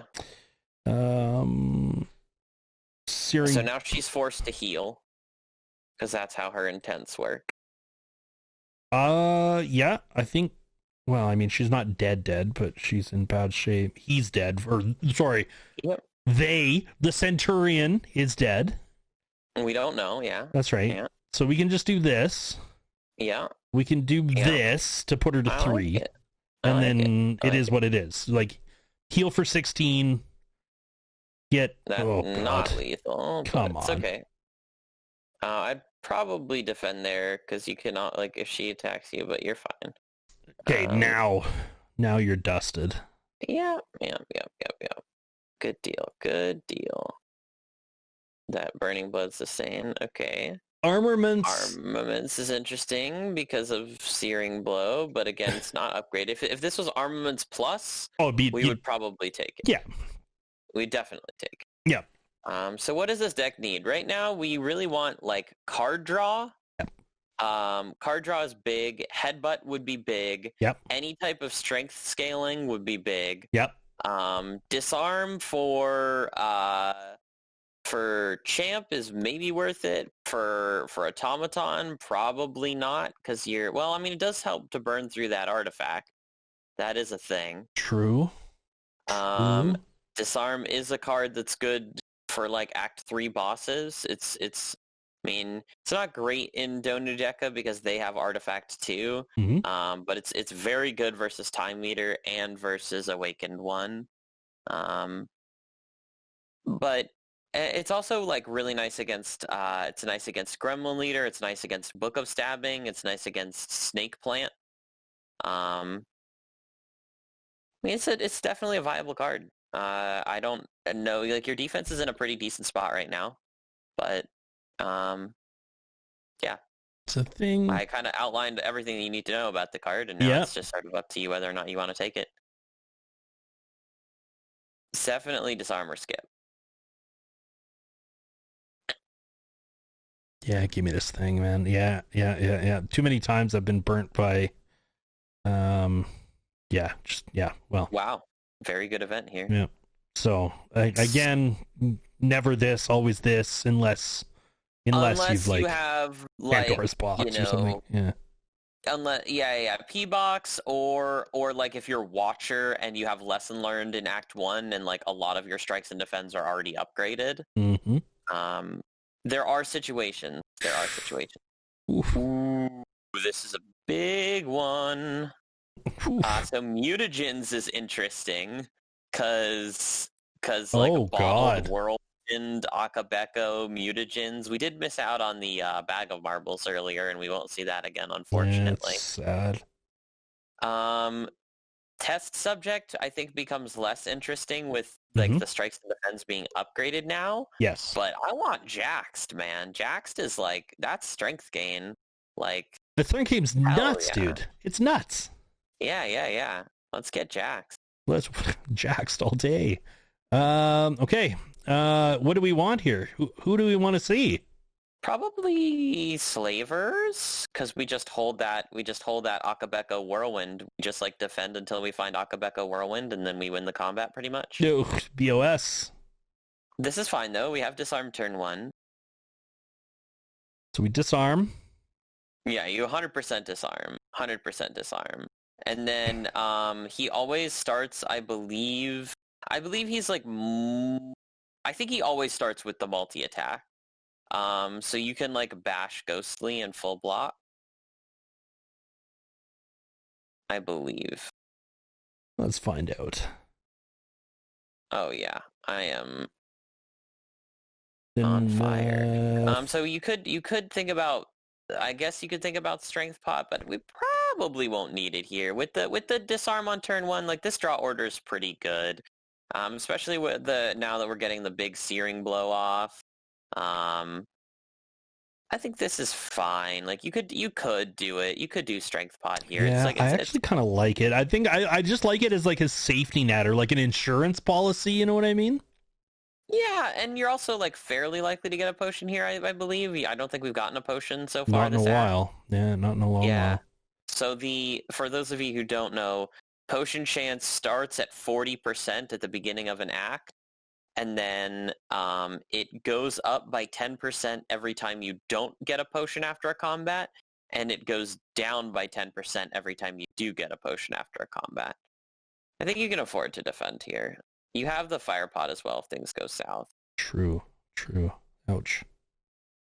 Ouchie. I can play my entire hand. Yeah.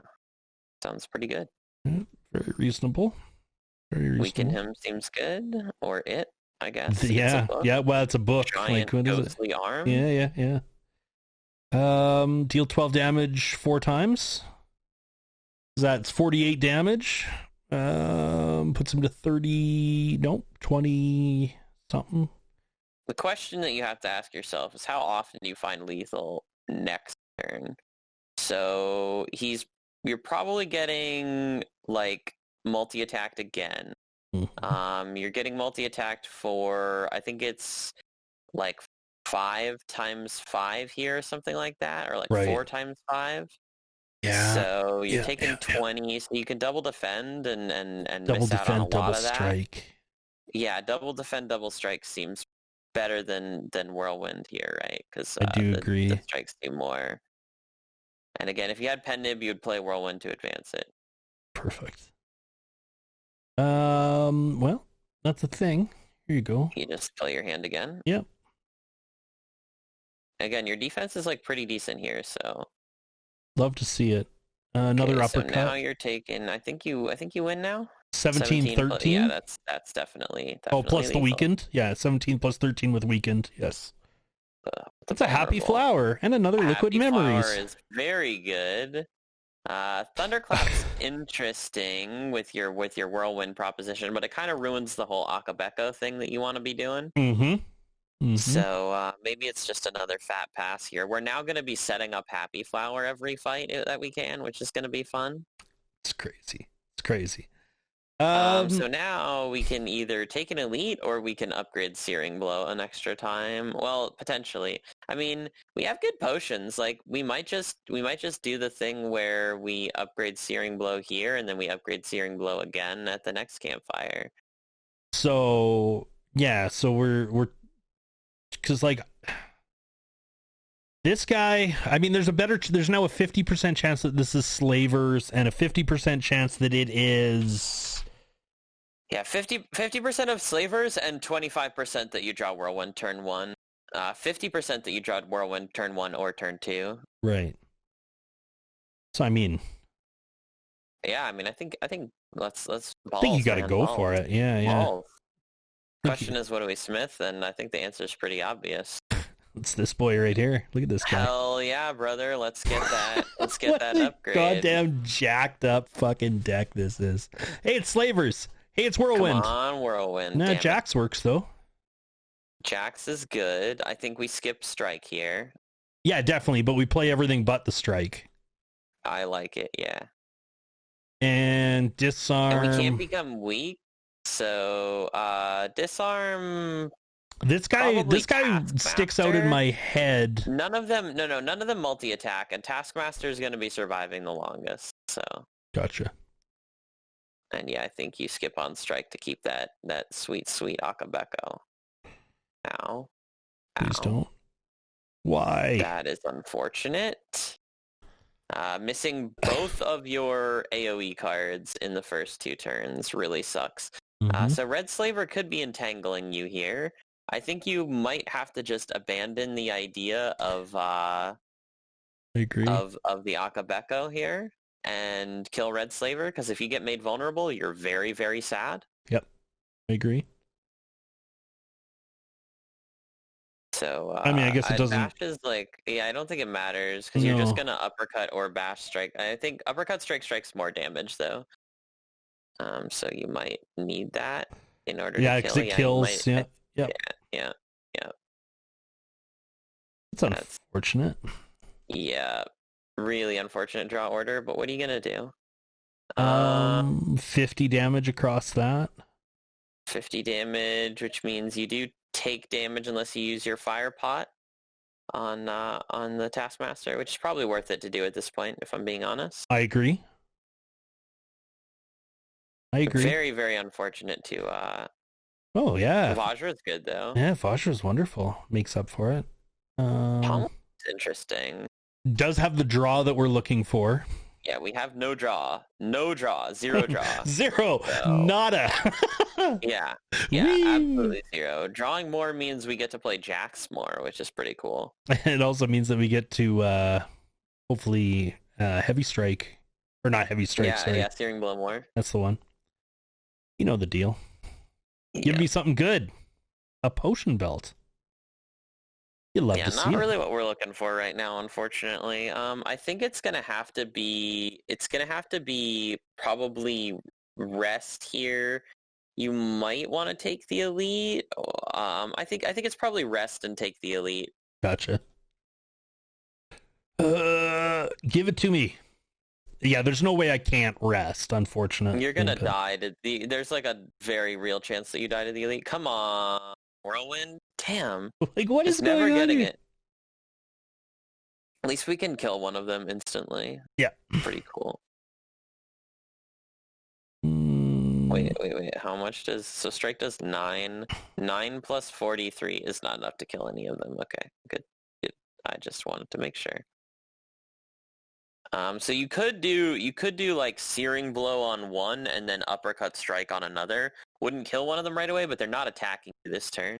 Oh, right, because they're doing their thing. This is another fight where like Runic Dome has literally no downside in this fight because these guys have a prescribed attack pattern. Wait, I have six energy, so I'm playing out my entire hand just to keep Correct. Ghostly Armor alive. Okay. So searing blow. Yeah. I mean, it does kill him. Right. But again, like you don't really care. Mm-hmm. Right. So it's better off just to get the... Like you have AoE cards. Like he's going to die to your AoE cards. True. Caca!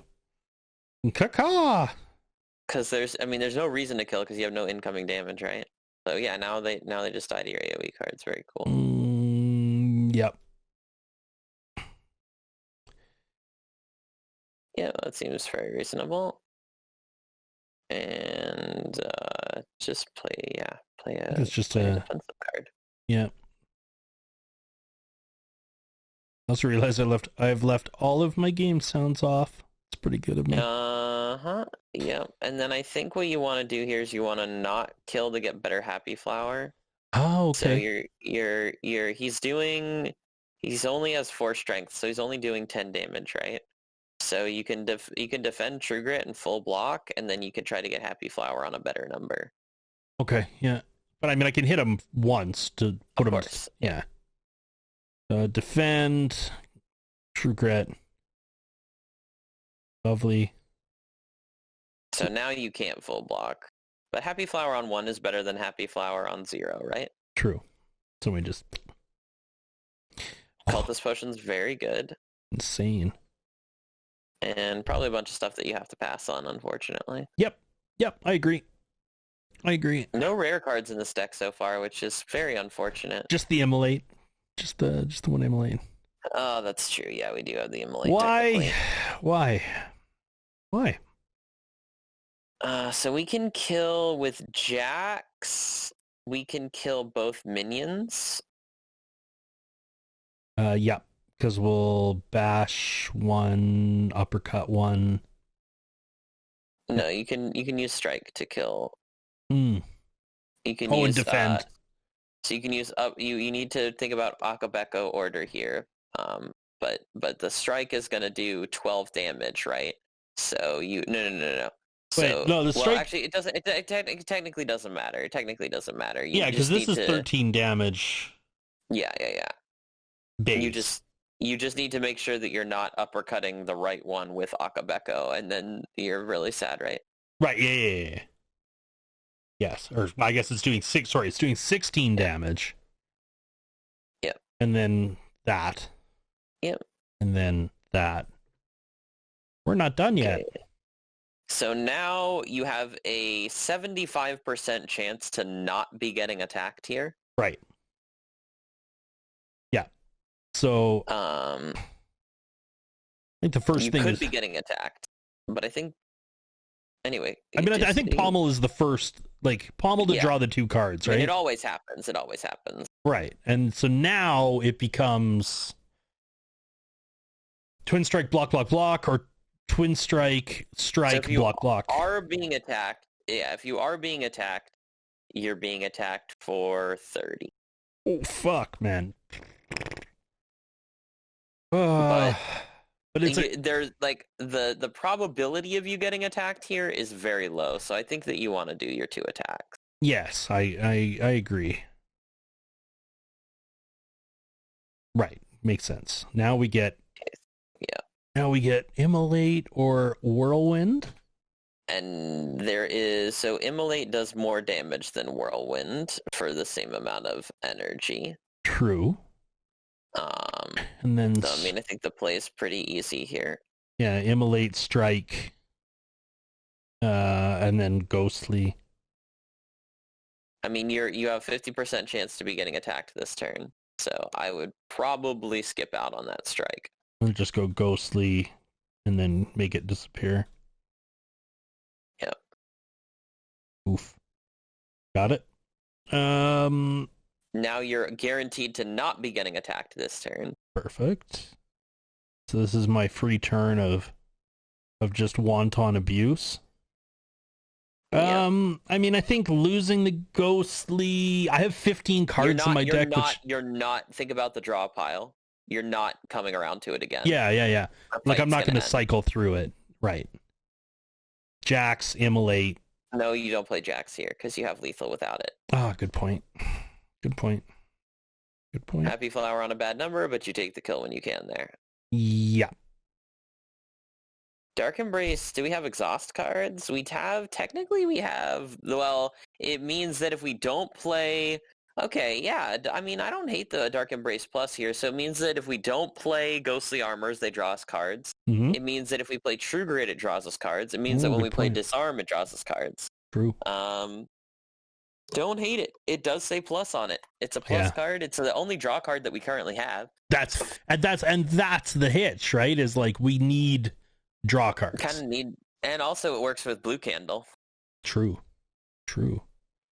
I can give him a Blue Candle to get a Naloth's Gift, or I can give him my Burning Blood, which I'm not overly inclined to do. Yeah. So. Could have taken, actually, I don't know what happened. Wait, oh no. So it could have taken Potion Belt. Actually, Potion Belt is another relic where it actually does nothing. So it's not gain 2 potion slots while you have Potion Belt. Oh, it's when you pick it up. Upon pickup. Right. So yeah, if he had offered to take Potion Belt, that would have been free. But I think you do lose the Blue Candle here because it is curses are still bad even when you can exhaust them for one. Mm-hmm. And triple rare cards. Yeah. Triple rare cards is kind of a win condition at this point because we are not really winning necessarily right now. Oh God, this fight's very scary. Yikes. Well, I mean, play your hand, right? Yeah, I mean, you might consider skipping the strike again. Also, if you're going to Dark Embrace True Grit, you should do that first to see what else you draw.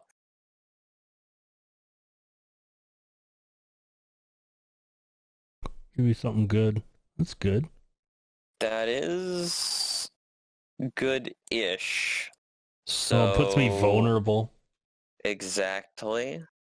Which the avocado hitting you while you're vulnerable is not really super cool. Motherfucking avocado. Yup. I know that the avocado has like a fixed turn 1 on 820. Okay. But I think not on 820. He has a different pattern. Okay. The rat is either buffing or attacking. That's always the rat's attack pattern. So you're either getting hit for... I don't think the avocado can actually do... So on 820, the avocado always hits you for 21 and makes you frail on turn 1. Gross. I know. It's really disgusting. So on 820, you would either be taking 27 here or 21. Um, but on this, you might be taking a little bit less damage. So we can like, I mean, getting vulnerable here kind of sucks because we don't have the. I mean, I kind of just like Jax and Ghostly, and you get to keep your Akabeko as well, which is kind of cool. Yeah, nice. He attacked for 12. This sucks. Again, he buffed. Yeah. So 24. Gross. Man, this is just a rough happening. Yeah, the draw sucks here. It really sucks. Like you just have gotten none. Like all of your draws in all these fights have been really bad. And the deck's not even that big either. That's the funny thing. Like the deck's relatively small, and you're just getting screwed. I think I need to open up here, honestly. I mean, I think I have to uppercut, strike, defend. Yeah. No, I don't. Yeah, I don't think I can not. Yeah, you might be just trying to focus down the avocado here. That's interesting. Okay, you have Whirlwind. Okay, this works for me because this is 11 times 5. Whirlwind. Yeah, I think you're gonna kill here with like liquid memories or fire potion. I think maybe either one. Yep. I think fire potion kills avocado. Yeah, I think it you does. you just slam the whirlwind here. Well, technically, okay. So technically, I think you actually might have had lethal because twin strike. Oh no, because you had the No, you didn't have the Akabeko. I didn't have Twin strike. Akabeko. But yeah, I think you just slam your fire. I think I think yes. That's okay. Feed is here. Yep, feed is here. It's the only. I mean, it's either feed or pass. Yep. No, feed's good because we're gonna need some hit points. So 38 hit points going into this campfire. Yep. So with Cultist Pot, you're probably okay. I mean, you have 2 good potions, so the question is, do you want to upgrade Searing Blow, or do you want to, both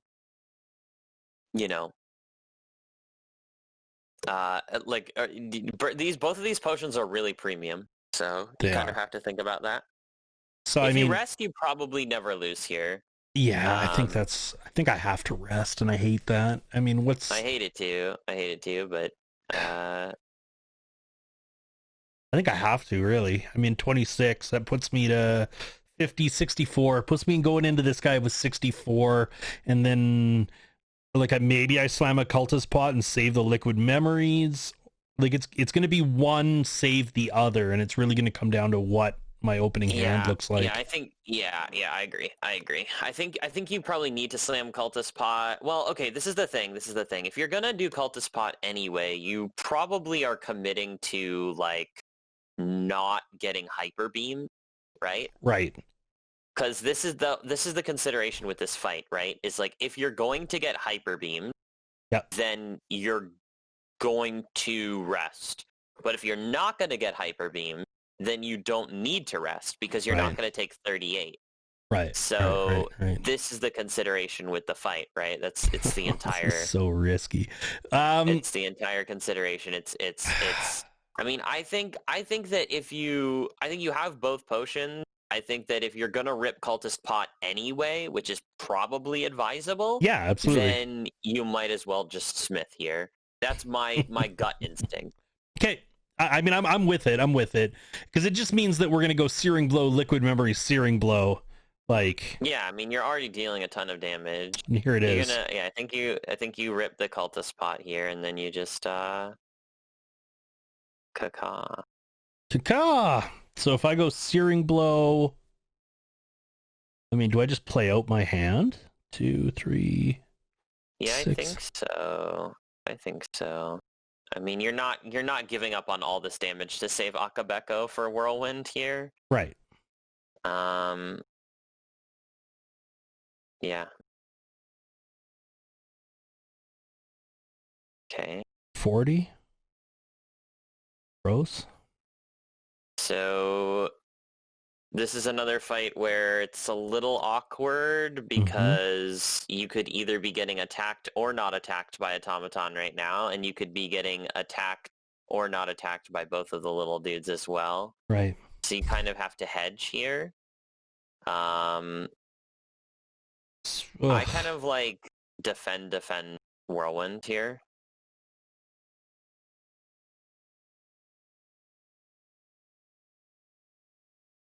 Took my feed. That's fine. The block. Took my immolate. That's Perfect. less fine. Yeah, taking the immolate's not good.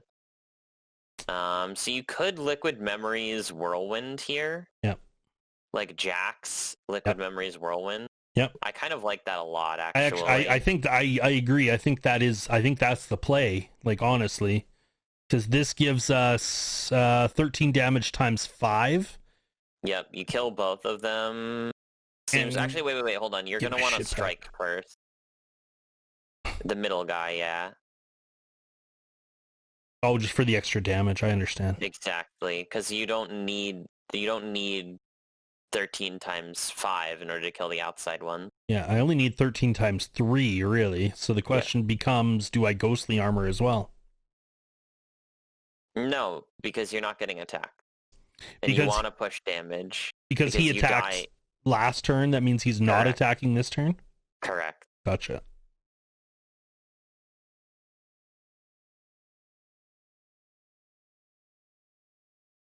Okay.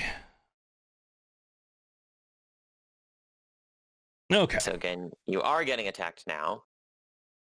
So we definitely want to uppercut him for the weakened. You won't get it. Oh, because of this stupid thing. God damn it. You're right. Yep.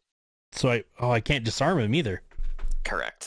But I sure as hell can pommel strike him and see what I draw. I mean, so this is what happens. He now attacks you, then he buffs, then he hyper beams. So you basically have this turn, next turn, and the next turn to deal the 100 and however much damage. So you basically, I think you just need to push damage here. Like I don't think you defend at all.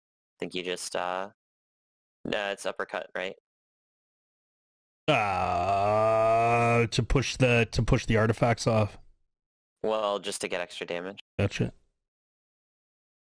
15 times 4 is only 60. Strike first. Okay. I think you get there though. Yeah, with this I do. Right? Yep. I don't think you have to. I don't have to jacks. Nope. And you get to feed on him too. Yeah. Because this will put him down super low. Because that's only 18. Okay, yes. Very cool. Double check sometimes. We got there. Man. Demon form. Demon form's interesting, but you're not really going to be able to ever play it, I don't think. I know. I agree. I agree. I hate that. But maybe that's just your win condition. Like, maybe you just need to find the Reaper now, and Demon form's just like how you win. Because you don't really have, like, that was Cultist Pot, right? Like, if you didn't have Cultist Pot there, you're gonna die to a boss, right? Yep. So maybe it just has to be Demon form. And because you don't have, I mean, it could be Barricade. It legitimately could be Barricade, and you could go down that route, maybe. You have some decent defensive options. You also have the Dark Embrace for a potential, like, feel no pain, but I mean, this is, or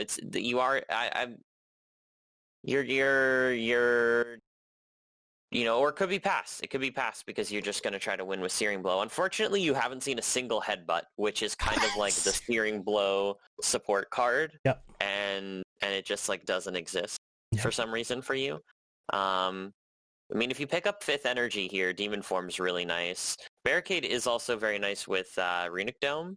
But again, like, I mean, we haven't seen an Entrench yet. You could still see an Entrench. I mean, it's Barricade, Demon Form, or Skip, and I'm gonna leave it up to you. We've talked about the merits of all of them. Yeah. And this is nice for me as, like, the person who's not playing, because I just get to be like, okay, well, I'm gonna sit back, I'm gonna chill, I'm gonna let you do whatever you want to do, Yeah, I'm like And crunching numbers right now like crazy. I feel it. I feel it. Fuck. Yeah, I gotta take this demon form, man, and gotta take this demon form, and we gotta find a fifth energy right here. Ready? 1, 2, 3, fifth energy, go! Oh fuck! Jesus, why? No, this is great. What are you talking about? Like Slaver's Collar, or whatever this is, Velvet Joker. Sorry, Joker's insane. How many times have we played more than 6 cards in a turn? True say. Okay, let's go. I mean, honestly, So I don't just think like we've played more than 6 cards in a turn in a single combat so far. We do have 531 gold, by the way. Oh yeah, well it's because we didn't hit shit in those goddamn shops, dude. Like the shops were just busted. Like they were bunk. Yeah, they're pretty bogus. I agree. Sorry, I'm just gonna quickly look. I'm super interested in campfires. Campfires are pretty good. So I'm looking to the. Unfortunately, we can only hit. Well, we can hit 2. Hit 3. I mean, well, I don't count the one at the end because you're always guaranteed. But you can hit 2. 2 and 2 elites. There's 2. Seems pretty good. Yeah, 2 and 2 elites. Get the early shot. Like this guy right here. Yep. I'm like, we're seeing the same thing. Yeah. I'm vibing on it. I'm digging it. And then we can go like question mark in the shop. Here. Sorry. There we go. Yeah. Bing. Okay. Yeah. Okay, I think that's the plan. I think that has to be the plan. I like it. With Time Meter, I think Time Meter is probably one of the bosses that you do better against here. Come on, can we get Whirlwind? Yeah, thank you. One time. Hey, everybody who's watching this, watch this. Whee! That's a fun fight. That's a fun fight. Good job. There's a Havoc Plus. Ooh, yeah, Havoc Plus for the demon form and for Dark Embrace. Yep. Because now if we find like Headbutt, we can like Headbutt Havoc. Love that. The demon form. No. This one. Yeah. I was like, wait a second. Yeah. Glowing Tesseract. Let's grab 3 cards, shall we? And if we don't like them, we don't like them. Hell yeah. Yeah. No. Colorless cards for free are really nice.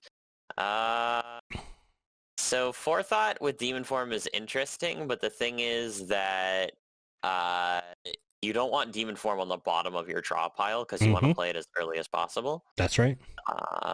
Swift Strike is bad against Time Eater, and it's also bad with Choker. Right. And Jack of All Trades is just like, it's like worse than, it's so bad. It's like infinitely terrible. Perfect. But again, here you can always come back to this reward, right? Like That's you can press skip, and then we can look at the other ones, and then you can come back to it.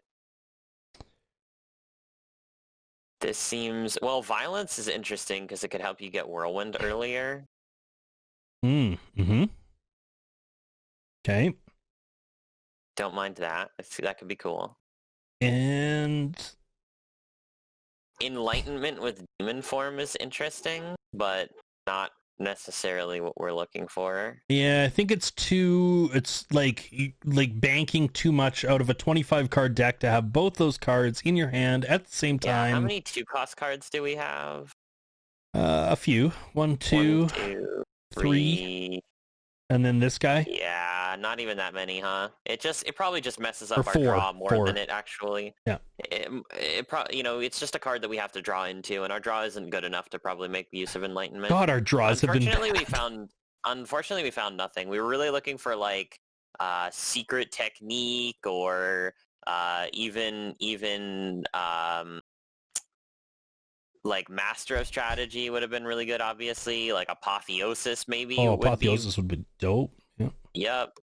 And we just got none of it, unfortunately. But that is how it is. I think the Violence is probably fine. Yeah, I think so too. I mean, the rest of it's kind of just chalked, but I think the Violence is fine. Yeah, I agree. And then these other two. Yeah. Bogus. Yeah. Bogus. Shocked. Okay. Also, Darklings is a fight that Dome really doesn't like.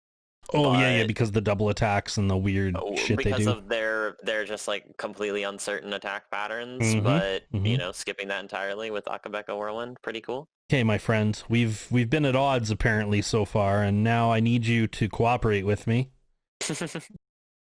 Ooh. Okay, there's some stuff in here. There is definitely some stuff in here. The first thing that pops into my eyes is, well, an Inflame on sale. Liquid Memories, hello, my friend. The Gremlin Horn, the fossilized Helix is bananas. Yeah, but maybe not so much with Dome, right? True. Because you don't know, and against Time Meter as well, it's kind of, Time Meter, it could do really well in Time Meter. That's for sure. It could do some big stuff for you, but the Time Meter also multi-attacks, so it's a little less interesting there. True. I think, you never take Inflame here. Prismatic Shard for the big meme. That's too memey for me, man. We're already like we're already so far invested in memes that I don't even know anymore. So I think our Reptomancer fight's probably pretty good with all the AoE in the deck. Mm-hmm. So we probably don't need to take Gremlin Horn. Okay. I definitely want to pick this up. Yeah, Liquid Memory seems like it could be really good. Blood Potion also seems like it could be really good. Yes. Taking potions is good, kids. Potions are very strong, and especially when 20% of your max HP is like almost 20 HP, like, yes. Our path does not take us to another shop unless we audible out and come over this way, therefore giving up a campfire. Or unless we get one in a question mark. Or unless we get one in a question mark. Which is technically possible. We definitely want to slam a remove here, I think. Mm-hmm. It's still just remove strike. Goodbye, sweet prince. So again, we're at 347 left. What do you do? Yeah, maybe it still is Gremlin Horn. Like, it's definitely, maybe it's just Helix. Like, Helix is going to do something, right? Yeah, like it stops something. What does it stop? Who fucking knows? But it stops something. Like, right. Like, it either does something or you don't care because you didn't take damage. So, help in, like, exactly... Well, it also, Horn helps in a lot of the Act 3 fights, but I think that, like, your AoE is probably good enough that, like, I'd probably just slam the Helix here. It's definitely not like Chrysalis. Panic Button is kind of interesting, but that's definitely not Chrysalis. You didn't take Barricade, so? No, I did not. So quickly, do we want a fire? Oh, no, we want this, don't we? Yeah, of course we do. We're at 70 hit points. Yes, this is we want question mark. Blood Potion's also nice because you can drink it outside of combat. If you get a potion, you can drink Blood Potion and then... Interesting, okay. So this guy just hits you really hard every turn. So Wait, you lose buffer if you do this. Oh, you son of a bitch. Very interesting. That's an interesting thing to know. Yeah, so you might want to... Because you're not going to need the strength to kill this guy, right? True. So it's just like strength, defend, You're defend. also not coming around to Reaper, or to feed. So we'll just give it to him. Yep. These are the things that you have to consider, right? Like, you're not shuffling the deck against this guy ever because he just kills you. I almost played the wrong card there. Blessing on the Forge is very nice. Let's maybe... Well, we don't have to drink the Blood Potion. It's probably better than Colorless. I think Blood is better than Colorless for sure. Right, but I'm saying, like, you could drink the blood and get value out of it right now. It would heal you for... I think it would heal you for, like, almost exactly 18, and then you would, keep the Colorless. Do you think that's... I think it's probably worth it. Like, I suppose. You're getting the health regardless. Yeah, because then Because then it just locks up that we're going this way. I got you. Okay, Yeah, okay. I don't know. There's considerations, like, because the Burning Blood could still heal you, but if the Burning Blood's healing you, then you're winning anyway, right? Right, yeah. Then, it's just a win more situation. God, what is this, man? Forget it. I don't even want to talk about this. Garbage. Garbage. Gone. I love it. Yeah. I love it. See you I love later. your reaction to that. That reaction just says like, I've taught you well. Yeah. Seriously. Yeah, I think it's still this way. Anakin. Good. What do we have here? Time to lose max HP. Yay. Boo. Good thing we drank that blood potion. Yeah, love it. Love to see it. Gross. Get out of here, you. Hello. Oh my god. Did it actually happen? I mean... It did, but do we want to play demon form? Because we can still kill both daggers if we demon form. True. So we lose out on 51 damage right now. That's probably actually not worth it, right? No, because 51 is 25% of hit point. Even going? It's not. It's not going enough turns to make this worth it.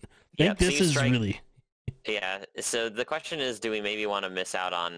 No, actually, no, we don't strike first. That's very bad, because... Akabeko. Yeah, woo. I'm very stupid. No, hey, no, you're fine. Good thing you didn't do it. Do we potentially Dark Embrace? That's an interesting question. Missing out on 17 damage in order to Dark Embrace. So it just draws a card. So the question is does that card draw equal 17 damage? I don't think it does. It could, if it draws you into Searing Blow. If it draws me into Searing Blow or Immolate, those are the only two cards that... So that's 2 out of 20. Yeah, well, I mean, 10%. but the probability that you would do that, I mean, I don't know. I would probably do it. Because again, it draws you immediately with Ascender's Bane, right? Yeah. It's going to draw me 20. It's a 10% chance to hit is what it is. It's a 10% chance to hit. But it hits, like... It hits, because like you drew Searing Blow on this turn because of that, right? Mm-hmm. Oh, you're right. So wait, is Uppercut, Searing Blow, Feed lethal? 14 plus 64. 14 plus 64 plus 17. Jesus Christ. That's not enough. Okay, I was going to say, I'm going to have to pull out a calculator. It kills me. I don't think you need to pull out the calculator. So it's probably just like Immolate, Searing Blow, Twin Strike? Yeah.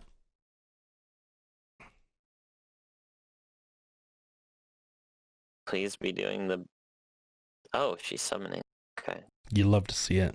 We smash that Havoc? Give me something good. Oh, thank you. It's not too bad. Too bad at all. True Grit, a defend away. Get another card. I like it. Grab some violence for some more cards. Oh, hell yeah. Hell yeah. Do we just win now? Jack's Pommel? Yeah, well, yeah. Oh, I still have Buffer. Fuck, I still have Buffer. We still have Buffer. Okay, so Pommel... No, I mean, or Bash. Like you just. Well, we could try to technically draw around to. Do we have Feed still in the deck? Did we play Feed? We bumped Feed. Feed did not happen, so we have 3 cards. Wait, so we could Liquid Memories to get a Feed off, but that's probably not even worth it. That's not worth. Like, yeah, no. Oh, also we have to consider Velvet Choker here. Oh yeah, because we're already at 4. Good point. How did we 4? Because we drew a shitload of cards. Because of Violence and Havoc now, yeah. So maybe it's just Bash Pommel to go deeper in the deck. 17 armor. Maybe we Bash Pommel this. Because that's a kill on this. Yeah, and we're guaranteed to, I kind of like it. We're guaranteed to not take damage still. I like it. Yeah. And it gets the Pommel, and we get the double draw from the Ghostly discards. Mm-hmm. And there's the Feed. So yeah, so we took no damage. Nice. So the question is, we can't actually guarantee. We need Havoc to hit something. That works. Perfect. 33, 22 is 11, and that's a kill. Yep. Exactly. Think about if we didn't play that. Oh my god, it's Ceramic Fish. Whoa, Ceramic Fish, so late. Thank you. After I've already gone to all my shops. Garbage. No. Shrugs Yeah. shrugs a reasonable consideration, but no. I think it's, yeah, I mean, you have some premium, like, all the defense are upgraded, and you have, like, 2 Ghostlies and True Grit Plus, like, Mhm. you're in I a think good we're just spot on here. premium defense compared to this. You know what I mean? Oh, yeah. Like, this just feels underwhelming compared to what we already have. Mm-hmm. Nothing to see Oh, here, you guys. fucking know what we're doing. Yeah, don't you worry about this. Nothing to see here, guys. Jesus Christ, what a mess. What a deck. Would you like to spin a wheel? Time to get shivved, baby. Don't do it. Nice. Yeah, That's a good one. we take these. Yeah, we absolutely take these. Another strike, or we had Get the point another where we can... stinky strike out of the deck. I like it. Yeah, Strikes are stinky. they are. So yeah, we definitely want the bonfire over the shop, especially with 87 gold. Yes, I agree.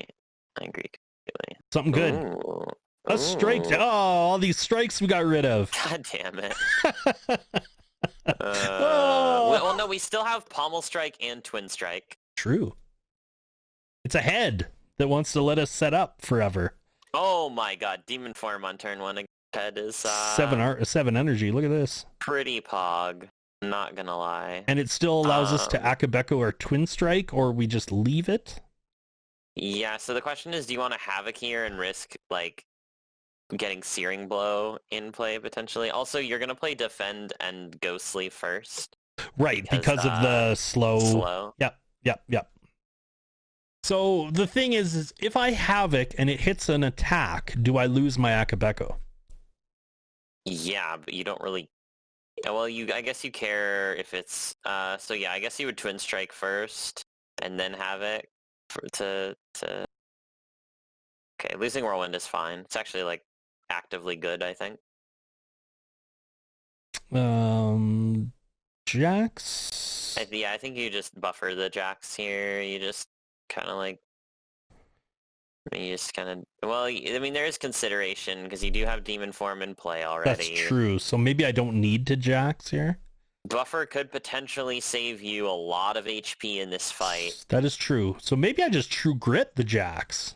Sure. Well, I'd probably... Yeah, I don't know. Yeah, I mean, I guess. I mean, you could True Grit Strike as well, but you know, you do need to deal damage at some point.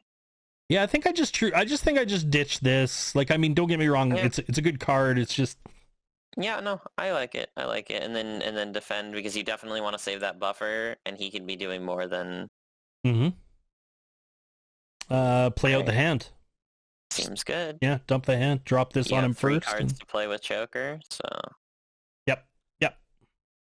Yeah, I've been keeping now with the energy, we're hitting the Choker, but we're not actually exceeding the Choker. True. So what attacks are in our draw pile that we would potentially want to draw? Uppercut, feed, immolate are the only 3 in there. So those are we for draw sure what's exactly coming those. out. Yep. We might want to not play feed, or we might want to play feed. I think I like the idea of drawing into them. And just, like, cycling the draw pile faster. Gotcha. So, uppercut for the vulnerable? Oh, I guess we have Vash for the vulnerable. Mm-hmm. But you probably want to uppercut for the...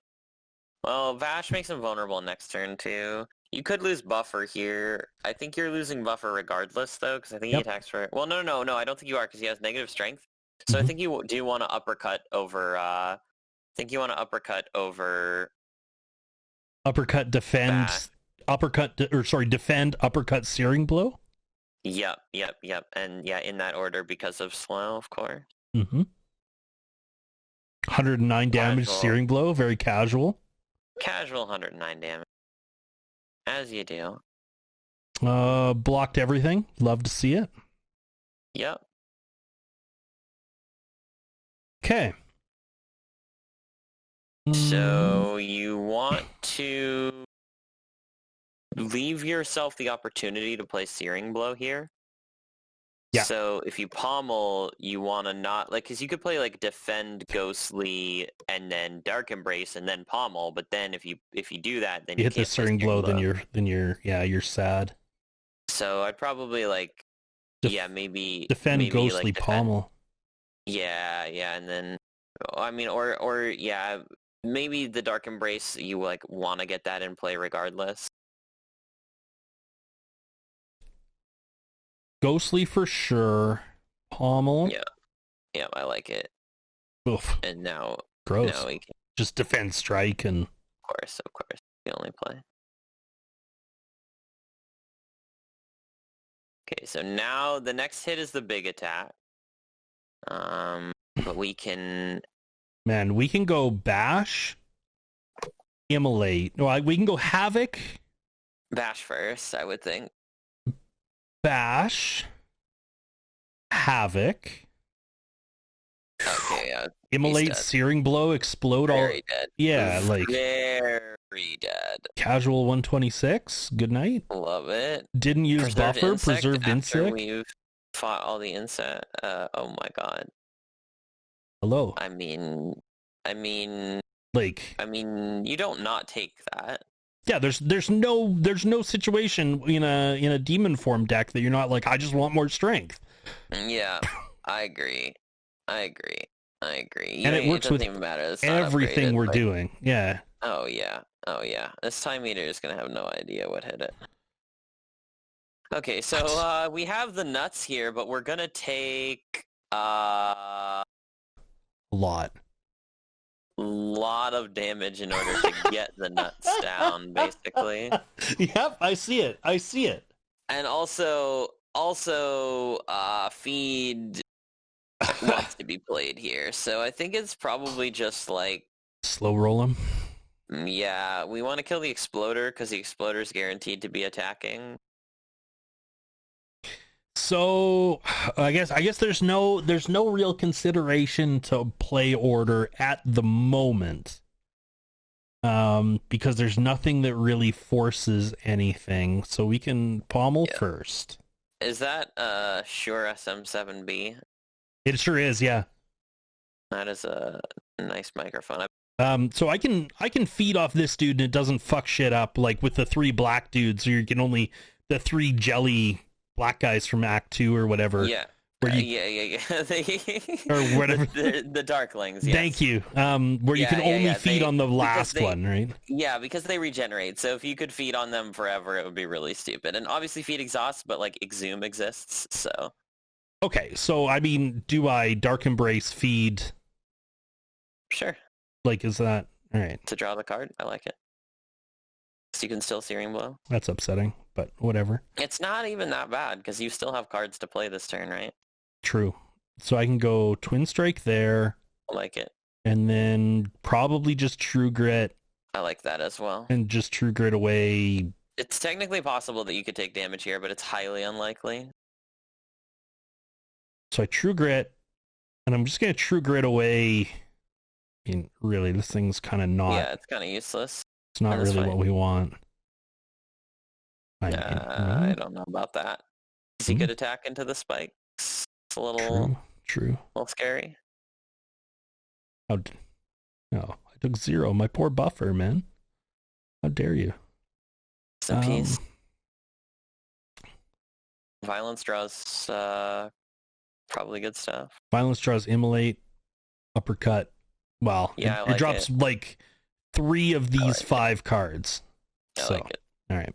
Let's get violent. Brr. Oh, and it draws an extra card because of the thing. Yeah. Well, it didn't. So we can just like one-shot one of the dudes, I think. With Jax, because we've already lost our buffer. Yep, but it's okay because you're still going to heal back with Burning Blood. Mm-hmm. And then limit. Push the limits. That exhaust synergy going. Pretty cool. So I have 57, which blows this guy up. Seems good. You have 3 more cards left. So with 4 energy, that seems like probably want to play a defend first. Or I could just play the ghost. Yeah, ghost. Same, right? First. Yeah, same. 1 energy left for killing him. Sure. 6 armor. I mean, I might take a little bit, but no, you won't. He's guaranteed to not attack. Oh, he can't attack twice in a row. Gotcha. Okay. Ghostly. Yeah. That's 27. That's 19. Ghostly Defend, Uppercut, Immolate. Sure. I mean, maybe I take a little bit. No, you're gonna kill. He goes to 1. Wow, what a meme. But it's fine. It's fine. It's literally fine. What a dick. It's not even guaranteed that he's gonna be attacking anyway. He didn't. So now I have to just block bitch. 8. So no problem. Got it. I'm just gonna put both of those on just for, spite. Nope. Yeah. Nope. Fat pass. I love your skips. I love your skips in this run. Your skips have been so good. Like I love how you just instantly see the cards and you're like, hell no. Well, very proud of that. Thanks, man. Yeah, I've done a lot of I've done a lot of Ironclad runs since you and I got together. Like I said, I've gone from Ascension 4 to this is now Ascension 14. And that's a big jump. That is a big jump. And like I said, I didn't just hit them in running succession. Like it, especially 10. Like especially 10 took me some work. Look at that fat 10 damage upgrade. It's a monster, man. You'll love to see it. And the Liquid Memories is just waiting. It's just waiting to pull it back, man. It's there. Hello. Whirlwind. Hello, wormy boys. 1 whirlwind, please. Oh, Immolate's also here. Yeah, really. Technically, Limit Break gets you 2 strength. Yep. Or 1 strength. Doubles. Yeah, it gives me 1 extra strength. You could play Dark Embrace and then Limit Break to draw a card. I sure can. Oh, there it is. Let's go. Actually? Wow. Let's go. Wow. I mean, we miss out on feed, but whatever. That's hilarious. Whatever. Colorless, don't worry about that. Carnage is kind of interesting. I mean, it's Carnage. It's Carnage Plus, but I mean, that's just Searing Blow at home. I mean, look at that card. It only does 28 for 2. Who even designed this card? That's garbage. It doesn't benefit from strength at all either. Oh, it doesn't? Lame. Terrible. Well, I mean, I'm saying like, Heavy Blade gets strength benefits. Like the big scaling. I got you. Yeah. It has no strength scaling, so it's Good night. Okay. I'll take a question mark. Question marks are fun. Oh, this fight's terrifying. It is legitimately terrifying. I mean, we don't need this in order to win, and it can only really make us take damage. Good night. Been a slice. So we're going in. You could do really well in that fight, but you could also just like cry a lot. I mean, so if you're really talking about actual smiths here, it's probably demon form. Or maybe Limit Break, but it's Searing Blow. Like, it's always Searing Blow. It's never not Searing Blow. This is it. We are the Searing Blow deck. Hello. Okay. Oof. Nice. Love it. GG. You might want to actually even use your Blessing of the Forge now. To upgrade it? I like it. Oh, yeah. No, absolutely. Absolutely. This is what we do. Yeah. Yeah. Yeah. I'm a big fan. I am a big fan. So here's the question. I don't think you rip any other potions now. Because you got to think about split, right? So Time Eater splits at 240. Yeah. But you want to skip split. So your idea is that we're gonna scale strength, and then we're just gonna knock them from 240 to 0 in 2 turns. Okay. So the next question is, because of Akabeko, do we want to take your Akabeko Twin Strike now? Okay. And getting feet out of the deck is probably fine as well. Yeah, just playing the hand here seems okay.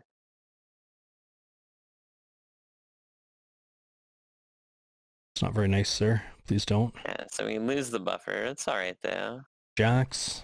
Yeah, I like it. Slam that pommel. Yep. So we got to think about card plays for next turn. If you play like Dark Embrace, Ghostly Defend, then you're getting. Well, yeah. You not really playing a lot of cards, but you're fine. You're fine. I think you just go ahead and do it. Like the Dark Embrace Ghostly Defend. Yeah. Yeah. Oh, because this is a fight. Yeah. Unfortunately, this is a fight where Dome hurts you. True. If you got Donu Deka, Dome has no downside, but this is a fight where Dome does definitely take a big bite out of your ass, but it's okay.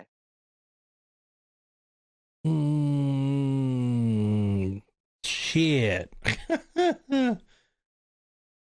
Yeah, that's an interesting one. I mean, I think you just want to turtle. You have upgraded demon form. You can just turtle forever until like Searing Blow, Liquid Memory, Searing Blow. Again, you probably don't want to play that because I want to save it for the next. You want to save the card play.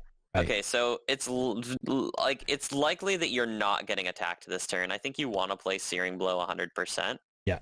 And then I think you play maybe you even play Defend over Ghostly Armor just to get an extra card draw next turn. Okay. And then you draw 2 extra cards next turn. Seems good.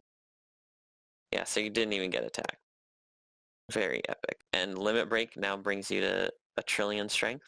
Seems pretty good. 24 strength. Probably don't want to Havoc here because of the shuffle. Because of Searing Blow reasons. Mm-hmm. Mm-hmm. I'm with it. Okay. Disarm seems pretty good. Disarm seems fine. Takes away his 2 strength.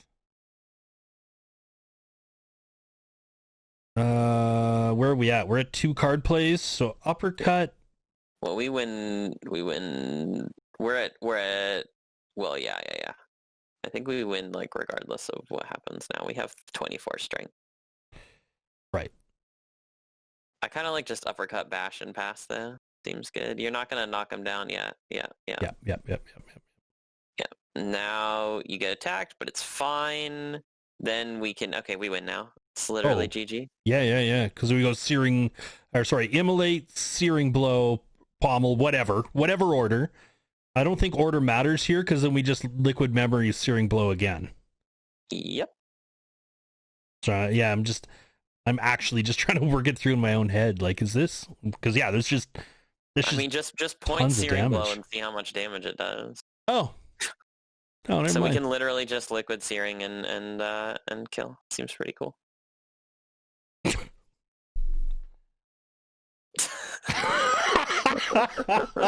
What the hell is this, man?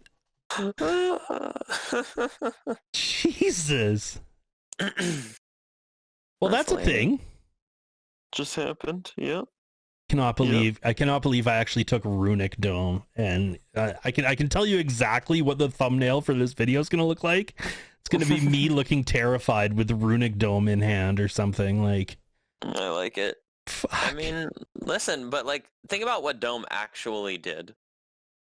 Energy. It did exactly what it needed to do. And what was the downside? Very little. Exactly. Yeah. Exactly. The downside was virtually non-existent. I mean, it was a few HP in a couple of fights. Sure. Yeah. But it really did almost nothing. And when you are very familiar with the intent patterns, the more familiar you are with the intent patterns, the freer Dome gets. It's also something that I love to swap into. If I swap into Dome as a watcher, it's almost a free win, because one of the things that I really like about Dome for a swap is in Act 1, all of the elites have prescribed intent patterns on A20. On not A20, Knob has weird patterns, but on A20, all the elites have prescribed intent patterns. Okay.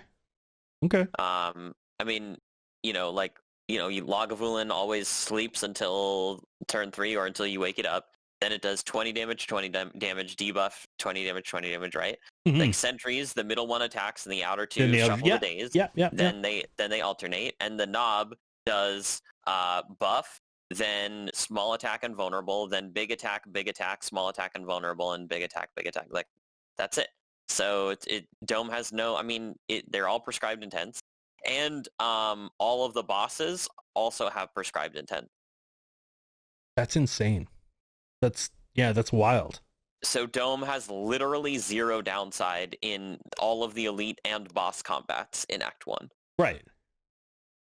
Now, there are certain combats like we talked about, like the birds, Sure. like Gremlin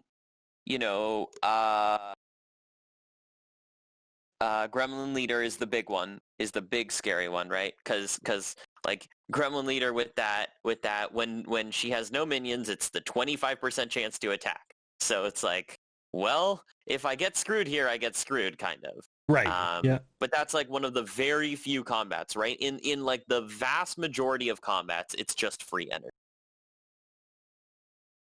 That's crazy. The more I think about that, the more crazy that is. It's just like I get so fucking nervous when I agree. When Runic Dome pops up, because it's like, I'm gonna take this thing and I can just see myself just getting pounded into the dirt. Oh yeah. I mean, no question. But what was the other option? There was like Mark of Pain. Yeah. And Empty Cage was the third option. Empty Cage, that's right. And like both of those, they're just losing. Like you literally cannot pick those cards, right? Yeah. Or you can't pick the those relics. Yeah. Yep. You just can't do it. I mean, you needed the energy. You needed the energy, and you needed to draw your cards. I think it's funny that we had a Searing Blow deck where we literally never found there was no Warcry Plus. Fuck. Well, no, Warcry Plus doesn't work. But no Headbutt. Yeah. No Headbutt and like no Battle Trance. I mean, the Dark Embrace card draw. Yes. Right. The card draw was like severely lacking. I think the Dark Embrace Plus pickup was like really, really, really good for that deck. It ended up doing so much for us, I think. I agree. And the Limit Break, I mean, we would have won regardless of whether or not we got Limit Break, but the Limit Break like trivialized the Time Meter fight. Well, it really did just push it over the top, right? It's just casual, 24 strength, just like, 24 strength is just enough. Like, when you have 24 strength, you just kind of win, like, every combat. You don't need more than 24 strength. But obviously, so sometimes, like, if you have Demon Form and Limit Break, sometimes you don't even want to upgrade Limit Break because it's, like, the first time that you play it, it's just enough. It's just enough. You don't even want it in the deck anymore because you don't need to do more damage than that. Like... Man, having that Demon Form on turn 1 was also just like, great. Yeah. I mean, the fight was getting won probably regardless, but Demon Form on turn 1 was... Because we still had other potions that we could have dipped into, of course. Yeah, we had three potions that were... Yeah, two potions that were never touched. Yep. And potions usually just end up being like... I usually use potions in one of two ways. One, it's either like, okay, this fight is going to be really hard, so I'm going to rip like this power potion, cultist potion, etc. at the beginning in order to try to get like a boost in power for the fight. Or it's like, oh god, I'm in a lot of trouble right now, and I'm going to use this potion to bail me out, basically. Right. And so, like, that's why I think that the best potions are the potions that help you do one of those two things. Like, I think Power Potion's really good. I think that Gambler's Brew's really good. Yes. Because you brick a draw, and then you're just like, nope, don't want these cards. Let's get some new ones. That's right, yeah. Swift Potion is really good. Like even Skill Potion can bail you out of some stuff. Even Block Potion, I mean... It's just 12 block. Like sometimes that's kind of nice. Well, sometimes it's just enough. Sometimes you're like, oh, I'm in trouble here. And it's like, oh, 12 block. Perfect. That just bought me that one more turn. That just bought me that full block or something. Or even like Fire Potion can find you a lethal, or Attack Potion can find you a lethal. Can be very strong. Love it. You love to see it. Love to see it. Well, Potion Belt ended up being unnecessary, but whatever. It was nice to have. It's insurance, and honestly, if something becomes unnecessary, then you're winning anyway, right? Exactly. Totally. Totally. My friend, thank you again for all of your support and your assistance and coming and kind of playing through this run with me. I always appreciate it. Absolutely. One more time, where can people find you if they are looking for more of your stuff? That would be twitch.tv/Merle61. That's MERL61. Usually stream pretty late. I've been streaming usually starting around like midnight Eastern time to 1 a.m. Eastern time. But it's good. It's good for your European friends. They usually like wake up and catch my streams in the morning. Nice. Or people on the West Coast, or just any night owl. Yeah. Also today, actually, I am the day that we're recording this, not the day that it's getting uploaded. I am doing a big thing. I had like a channel point reward on my, like a community goal to do this. I live in Alaska and I have this great commercial fishing story, which is going to be accompanied by a face reveal. Oh, cool. So, I mean, technically you can go to my old Twitch VODs and see what I used to look like. Sure. But I haven't, like, in my most recent streaming project, I don't have a webcam yet. So. You're an international man of mystery. So yes, so far. But yeah, that'll be happening tonight, and yeah. So if you like high level Slay the Spire content, definitely come check me out, I guess. Very cool, man. Very cool. Well, yeah, thank you so much. And guys, again, if you enjoyed what you're seeing, if you want some more Slay the Spire content, I'm sure Merle and I will be doing more of these, progressing up the Ironclad ladder and then moving over to another class to start talking about. I think in my kind of deep down in my brain here, I kind of want to keep the Watcher for closer to the end, just because I know when Merle and I start talking about Watcher, first of all, it's going to be like really in-depth conversation, and two, I feel that it's going to be probably some reasonably rapid ascending of the Ascension levels, just because again, Merle is really a Watcher specialist or a Watcher expert. Well, and also, I mean, Watcher's also just the strongest class, and also I think that Watcher is the class that you get the most out of once you already understand the game. There you go. At a reasonably high level. Sure. Because there are a lot of people that just hate Watcher because they're not like high level players yet, and they see Watcher and then they get stuck in Wrath and they die and they're like, oh man, this character sucks. And that's, there's a lot of thinking that needs to happen in order to make Watcher really good. Well, consistently good. There are some Watcher decks where you literally don't have to think and you just play cards and you win. But that's true of all the classes. True. Yep. But Watcher, to me, has like consistently the highest, what I like to call decision density, which is like every turn, the amount of different lines of play that you could take is like much higher than, say, Ironclad. Like that last run, not every turn, but many turns were just like, okay, let's just play the cards that are in our hand. Right. And they do stuff. You're right. And we win. Yep. And like with Watcher, it's like I need to play the cards in my hand in a specific order, and I need to scry XYZ, and it's like, and then we are thinking about like, what am I exactly going to draw next turn, and like, how do I need to draw into how much do I need to scry in order to draw like a specific hand or whatever. Like there's so much. So yeah, definitely saving Watcher for later seems good. I think that getting Ironclad to A20, getting an A20 heart kill is, I think, like a good goal for you. Hell yeah. Right now. I'm so into it. Like that like I said, we just completed Ascension 14, which now unlocked Ascension 15. Which I mean, A15 is deadly events, I believe. Let's just take a quick gander. It is on favorable events. Favorable events. That's a tough one. Like the coffin event, the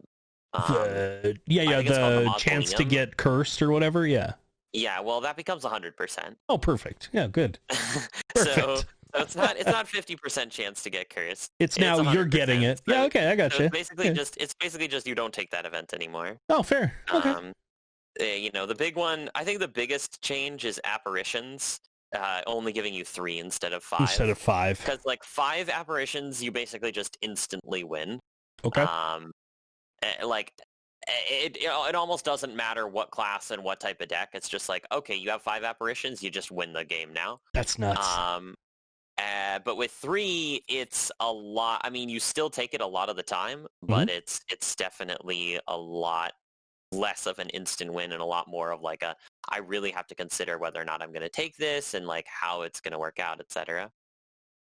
That's nuts. I'm excited, man. I'm excited. Like I said, we'll continue this again really soon. I'm going to get this all cleaned up and throw her up on YouTube. And yeah. But again, if you're looking for me, you can catch me on twitch.tv/forthewin, FORTHEWHYN. You can catch him, Merle61, twitch.tv/MERL61. You can find both the links to our channels down below.